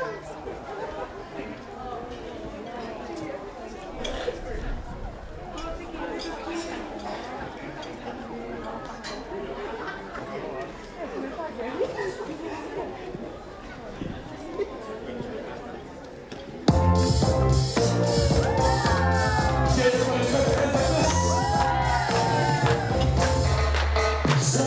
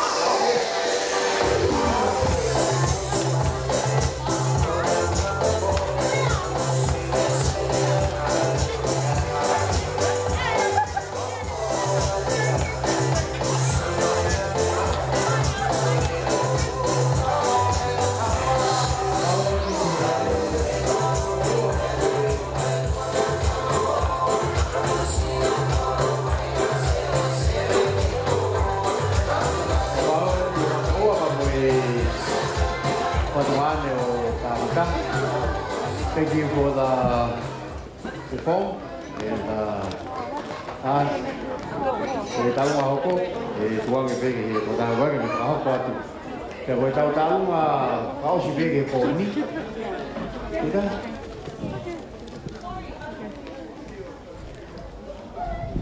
malo ko e tau ma pea nei u famete pea nei osi nei hoko mai ke te au ya tu ke he ka pau ki ai te ata wa ni famete ya ki ata pe he te tau te osi nei heni pe hongo fulu.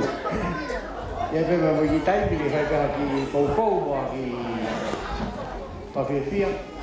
Ke te kwanga ke no mari ki te kota ni ki ha pa tu. Tulo. Ko kore pe ke u to e whainga mari e koe ni ke whai atu ai ki tau olunga whakatupu ke koe ni. Ko ki tau olunga koe ni koe tupu kosa hoko pe he mau whiawhia he hene taha he mau mehitanga pea ko mau whiawhia ke ai e ki tau olunga koe ni. Ko kore pe ke ura tō mua whakahoko atu wā na si e ke i au hata. Ko hoku hingoa ko e malata lātu pea ko e kupi kinga ki he katoanga o e aho koe ni ko e pikinga he tangata Mario e aho. Ai ko Felila masunu, ko e ni Fai'aho ko Vika masunu, karena e ohi hake he mau ki loto whare, ai ko mau tangata e ki ko lahi tahai. Pea mau whiawhia pe he whiaf koe ni, mau kore atu heni ki a hinta, ha unga, ke mea mai, to e gite gen he ulo e masii, ke ai aku hau kapainu moha unga. Mea mai hini he ko aho e. Koe ki tola pena e taha, ko tui pe e lava ke ai aku hau kapainu. Whiawhia pe ai whanga toko wā mo whanga tonga ane, ko ia ko i heni. I New Zealand he katoanga Mario e aho e lila ka uma a Talita.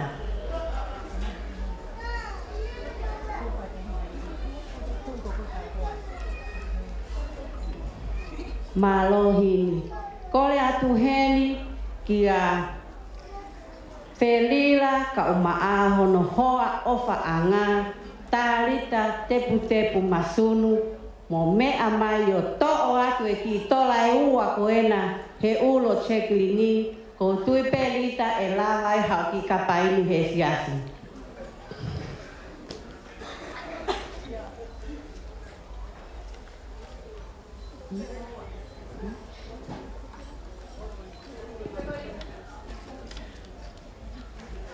Iyo to'o kotokotoa rita. To'o rita ko hoa.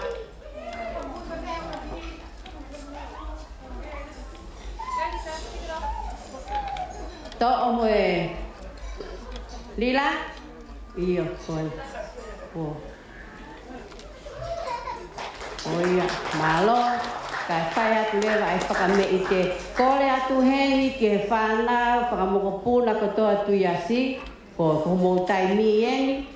Kei ata pe whakapare ke whao ke ki whare gori o Talita gori o tuku malo au pito.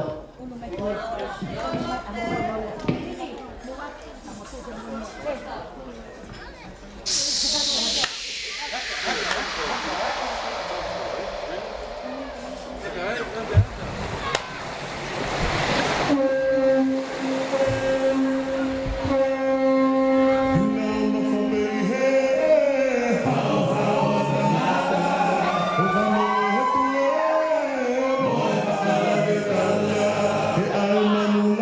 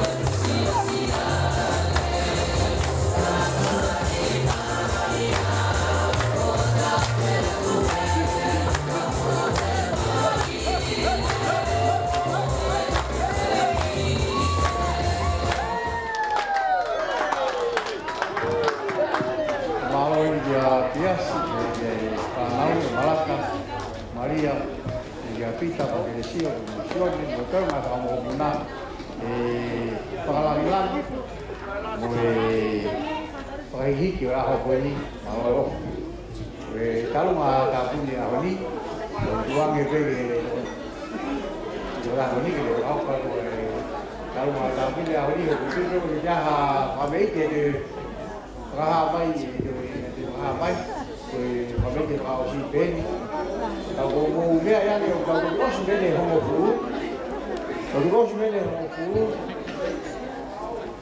Hoje bem, dá uma coisa assim, tá bem mais fácil, tá bem de fazer aí, fazer fia, fazer não, dá uma roupa tudo, mal.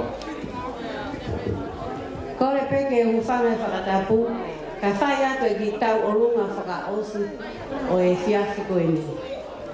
Ko tau olunga whakaosi e fiafi koe ni, koe ki I tamai o eiki au ku whakahingoa ki he tangata Mario e aho, ko Felila, Jordan, Lapota. Ko e Felila, ko uia ki a Felila, pia ko Jordan Riva, ko whakahingoa ia me whae a Felila, mi Amerika, a koe mau me hekitana lahi ia. Pea koe ki I mokopuna koe ni koe ki mokopuna o oku. Pea kau hingoa le vai a ki he tangata Mario e aho. Ka ko oho vare he te whanawhana mai e tahine, mam, ai ke tau olunga whakaosi a Felila leka. Pako ia, kore atu heli ki a Felila leka, koina peo kuna I tu mona whae I loto. Ke whai e whakameite whakaosi o e fiasko ni malo.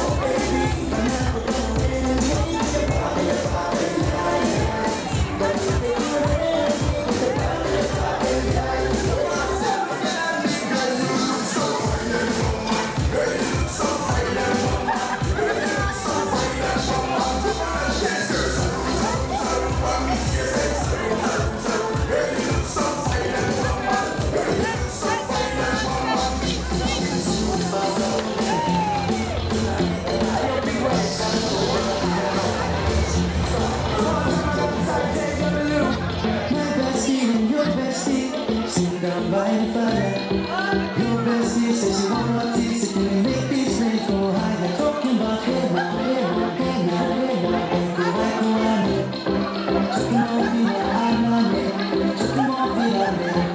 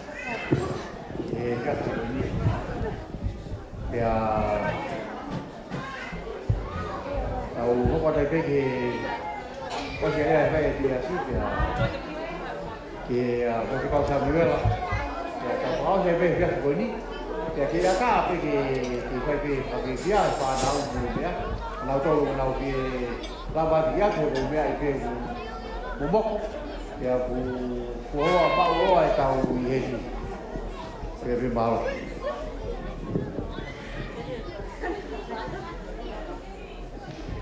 Kalau Felila mai Kulio be lai hang yang utami Kulio không đâu here so Kulio tak kiau enong mu Fiema'u Bagaimana lagi otwa apa apa ni Kuna hanga whakahokwai ngai whatongia koe. Lai ngai mea ke taurea ki ai. Ka kuhanga e Felila. Whakalanga manatu ki e te au. Ngai mea ngai hoko ki kui. Felila. Talita, aku fatu kata semua. Apa yang kau tahu? Kau tahu apa? Aku kena ahli, ini. Kau apa kata tu? Kau osi honofa. Tete ufa matu kaya. Indah. Kau more kata kau. Kau ni atau kata dia. Te Fai'aho mo Fiema'u no whakamoko puna ke Talita api koe. Hinda, parei taha pēni, me ako naki ia ki taua he taha mamātua. Tako o whātu ka te motoru no kātoa. O whātu ka taka taha o tuka toa pē, kuke me aheni, pamalolahi. Samuela, kabehega mahoi, kabehega siasi, oi cornerstone. E mai whatongia ko tō pe, o whakakakato, e he misi mo tō amu, a Felila, te mo Talita, ke whakahoko i he ahu. Ka kia hato e rea te Fiema'u ke whai, o ko hounga ka te au, Homo ngahi whonga. Homo mea mai ki heli. E whakamo o ni, mai ki misi. Nā whaamu ki ai o Felila, te mo Talita. Mahalo i ngai tau lahi. Whakatana mai e Felila ka te au. O kai ki whaamu ke ui a Felila. Pusi a. No habe ui pe Felila. No alo o mai a Felila. Me kutuwe fine. E katoko taha te ala moe. Ke uno so to o tama. Katoko ame o kutuwe fine. Ke albo pai te iha. Ke katahine na e kala mo. Felila. Ne kai te wamanaki. O ke mana tui, ko tama ai ya. No, ko mate a sena. Tani puti haki ko e. Kai mina ke tala mai ai ka te au. Whahoko amanaki. Nā kalatu ka te wai Felila. Ko more a sena. More me o mātua Talita. Ai te moa ke ukau. I he more. Te tama e Felila ka te au. Te. Tuka rea Felila. Te. Kukuri ka te koe. Ke ke ara atu ki te sisko. Pamalo te motoru. Pamalo e toka taha ko toa pe. Ke ula wakahi mo pe te lea. He kuhonga mo mea mai. Whakalanga ngi. He ki ahoni. O whanga mo toru. Ka tau ka tutuku. Ke tau ki tau tolu, he o tua, o hange e ku kamataanga. Ko tau hia si hoa. Ka tene tau hi ki tau tolu, te tau hi, te moe o tua. Whātau mo tolu na katoa, mo mea.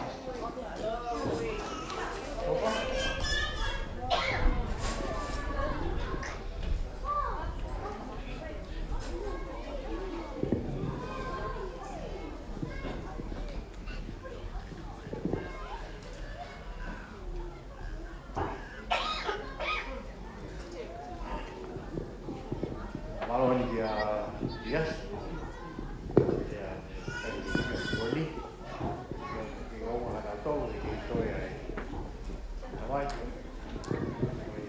agua malo que dia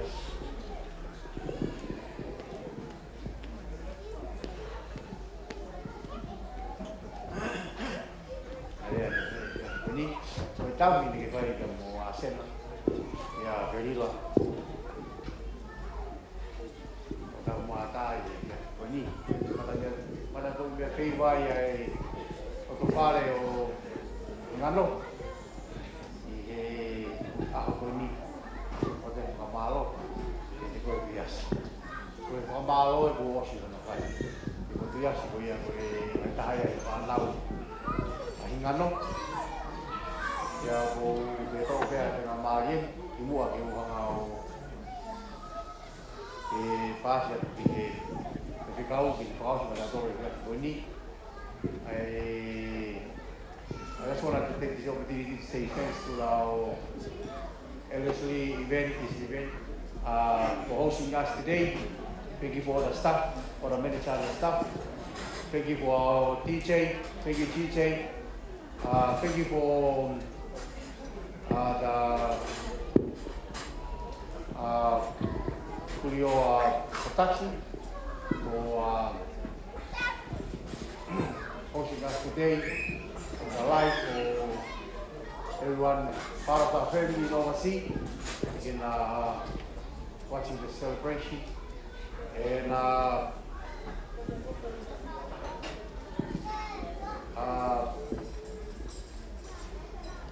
I'm the MC. I just want to say apology if I say something today is offend someone. Please forgive me because this is my first MC. Maybe this is my first and the last. But thank you for keeping the peace, for your respect and your love for Talita and Felila. That's why we're all here. And thank you for here with us today to carry on and get into the conclusion of our celebration. And on behalf of myself and Felila's side,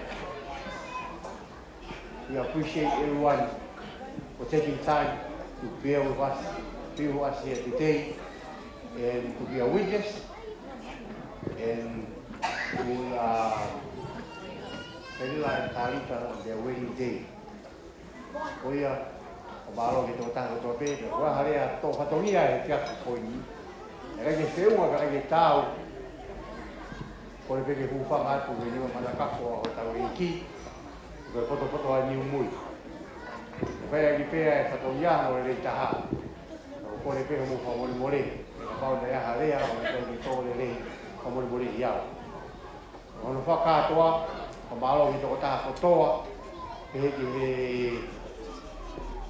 venue, the DJ, everyone, bride and groom, party, o malo ke toko taha katoa, o te heke he mo whahu, o na ki whae, o malo ke whakalangilangi, o ki tamba a honi, ali o malo heni ki he ongo whae tangata, o ongo whae huki, o hea ke whakalangilangi, na whae a honi, o malo ki he whae whae, o mai tamai ko tō pēu tau kau, o malo ke whae honi, o malo ke tū taimi, tau kei hau mai ai ki konga whaosi o tau ko kalama a honi, o whake mō mau ha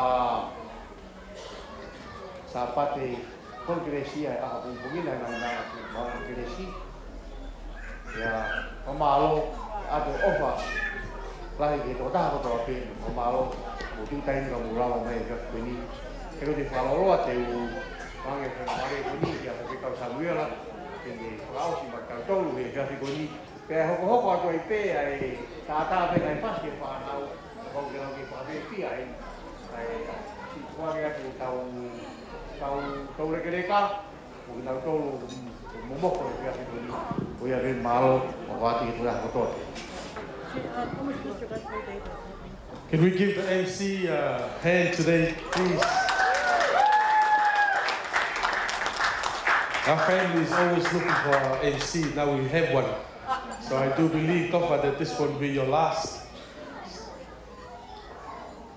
In conclusion to this wonderful historical day that we are celebrating together as a family, I bring to you the striking word of the Apostle Paul, was given to the church in Philippi, found in chapter 4, verse 8. Finally, brothers and sisters, whatever is true, whatever is noble, whatever is right, whatever is pure, whatever is lovely, whatever is admirable, if anything excellent or praiseworthy, think about such things.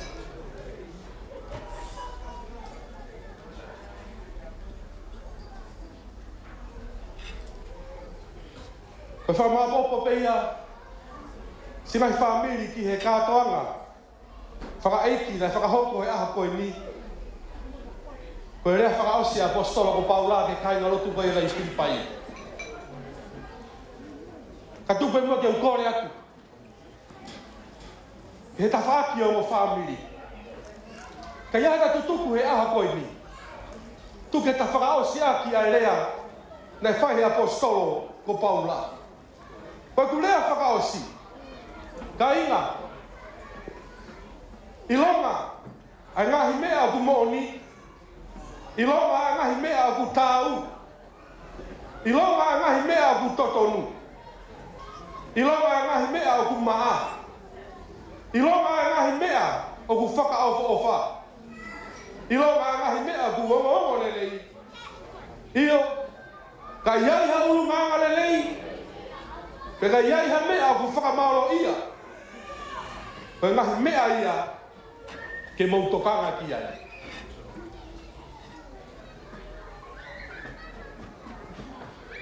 Gautui, he whiawhiko ini, whakamaapo pe ta whakakau-kau, he mea kurea ki ai apostolo. Tamai mau whakapetai mo whakamalo ki ake koe. I he ikuna pa me he kamata o au mai ki he whakaosi. E ki puke e mau whakakau-kau. He mena e whau mai he kamataanga o e kātoa ngā o au mai ki he ngataanga.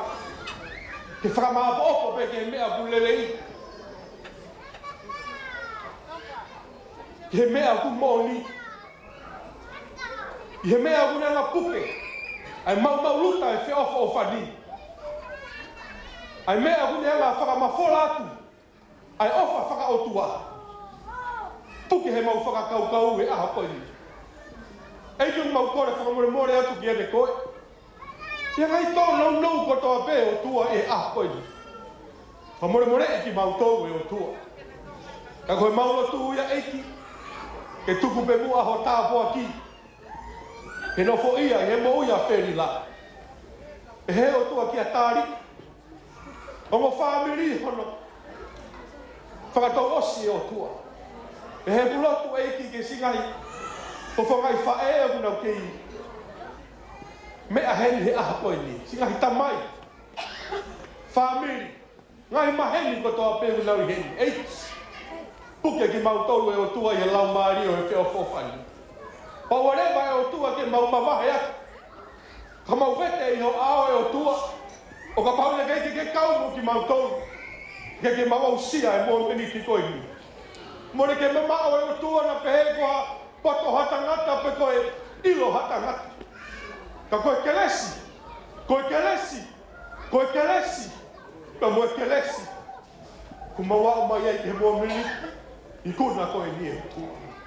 O pa fia eiki he whakaosi whaka fia o e aha ko e ni. Ke mau hui a lelei mo ngei a kua toa pe. Tau mai a e o tua, na a mau tau e o tua. Wa au pe ia e o tua. Hoa te o whalahi ke te koe i he lava me. Pa mi he kamata o e aha ko e ni o au mai i he ngata ala ko e ni. O kua au pe a langi. O kua au pe a Gloria. O tu ke langi a pe. Ai huafa pe taha. O sisu kalaisi kua mau whamui. Ia koe kelesia mau eiki o sisu kalaisi. O whaeta mai. Whianga lau maria maoni o ni ke no fo ia Felila papehe ki a Talita. O mo whaami rifa tau osi. Papehe ke tek mau tolu ko toa pe. I he kere taku po i ni o tua. A oa na hiki. Kai whai teo tae ngata. Amen. Whakapaspas ke eiki.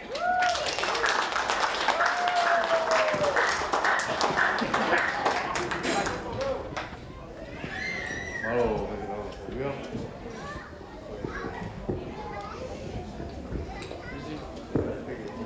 Tahu ke pasti dari kalau dia nanti, wah mai ke mai pasti kan. Boleh ada ayah tahu komisi. Tahu ini, tahu pergi rumah apa? Tahu mungkin kalau.